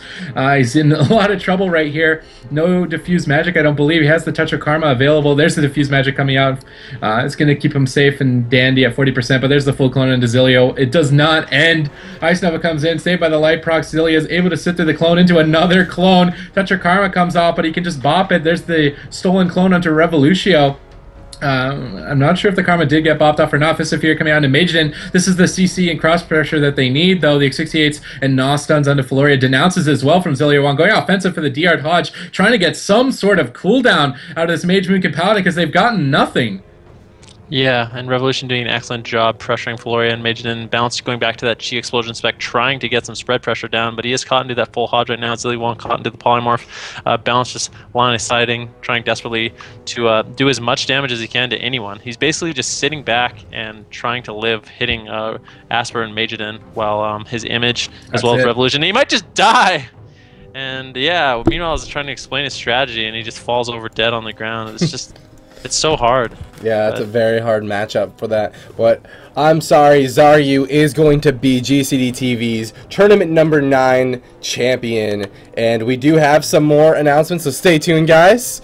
But I just wanted to take the time to thank all the players on 50 Shades of McQuaid. And also, I'm sorry, Zaryu, for coming out and competing. Thank you guys so much, and I hope you come back and compete again, as you did give some amazing games. So... Alright, man. That will conclude the tournament, but we have some announcements for tournament number 10. For tournament number 10, we're actually changing up quite a bit. I'm going to talk about it just briefly here. For tournament number 10, the prize pool is to be determined. It's going to be a big one. I'll leave it at that. Probably around the same as this one, but...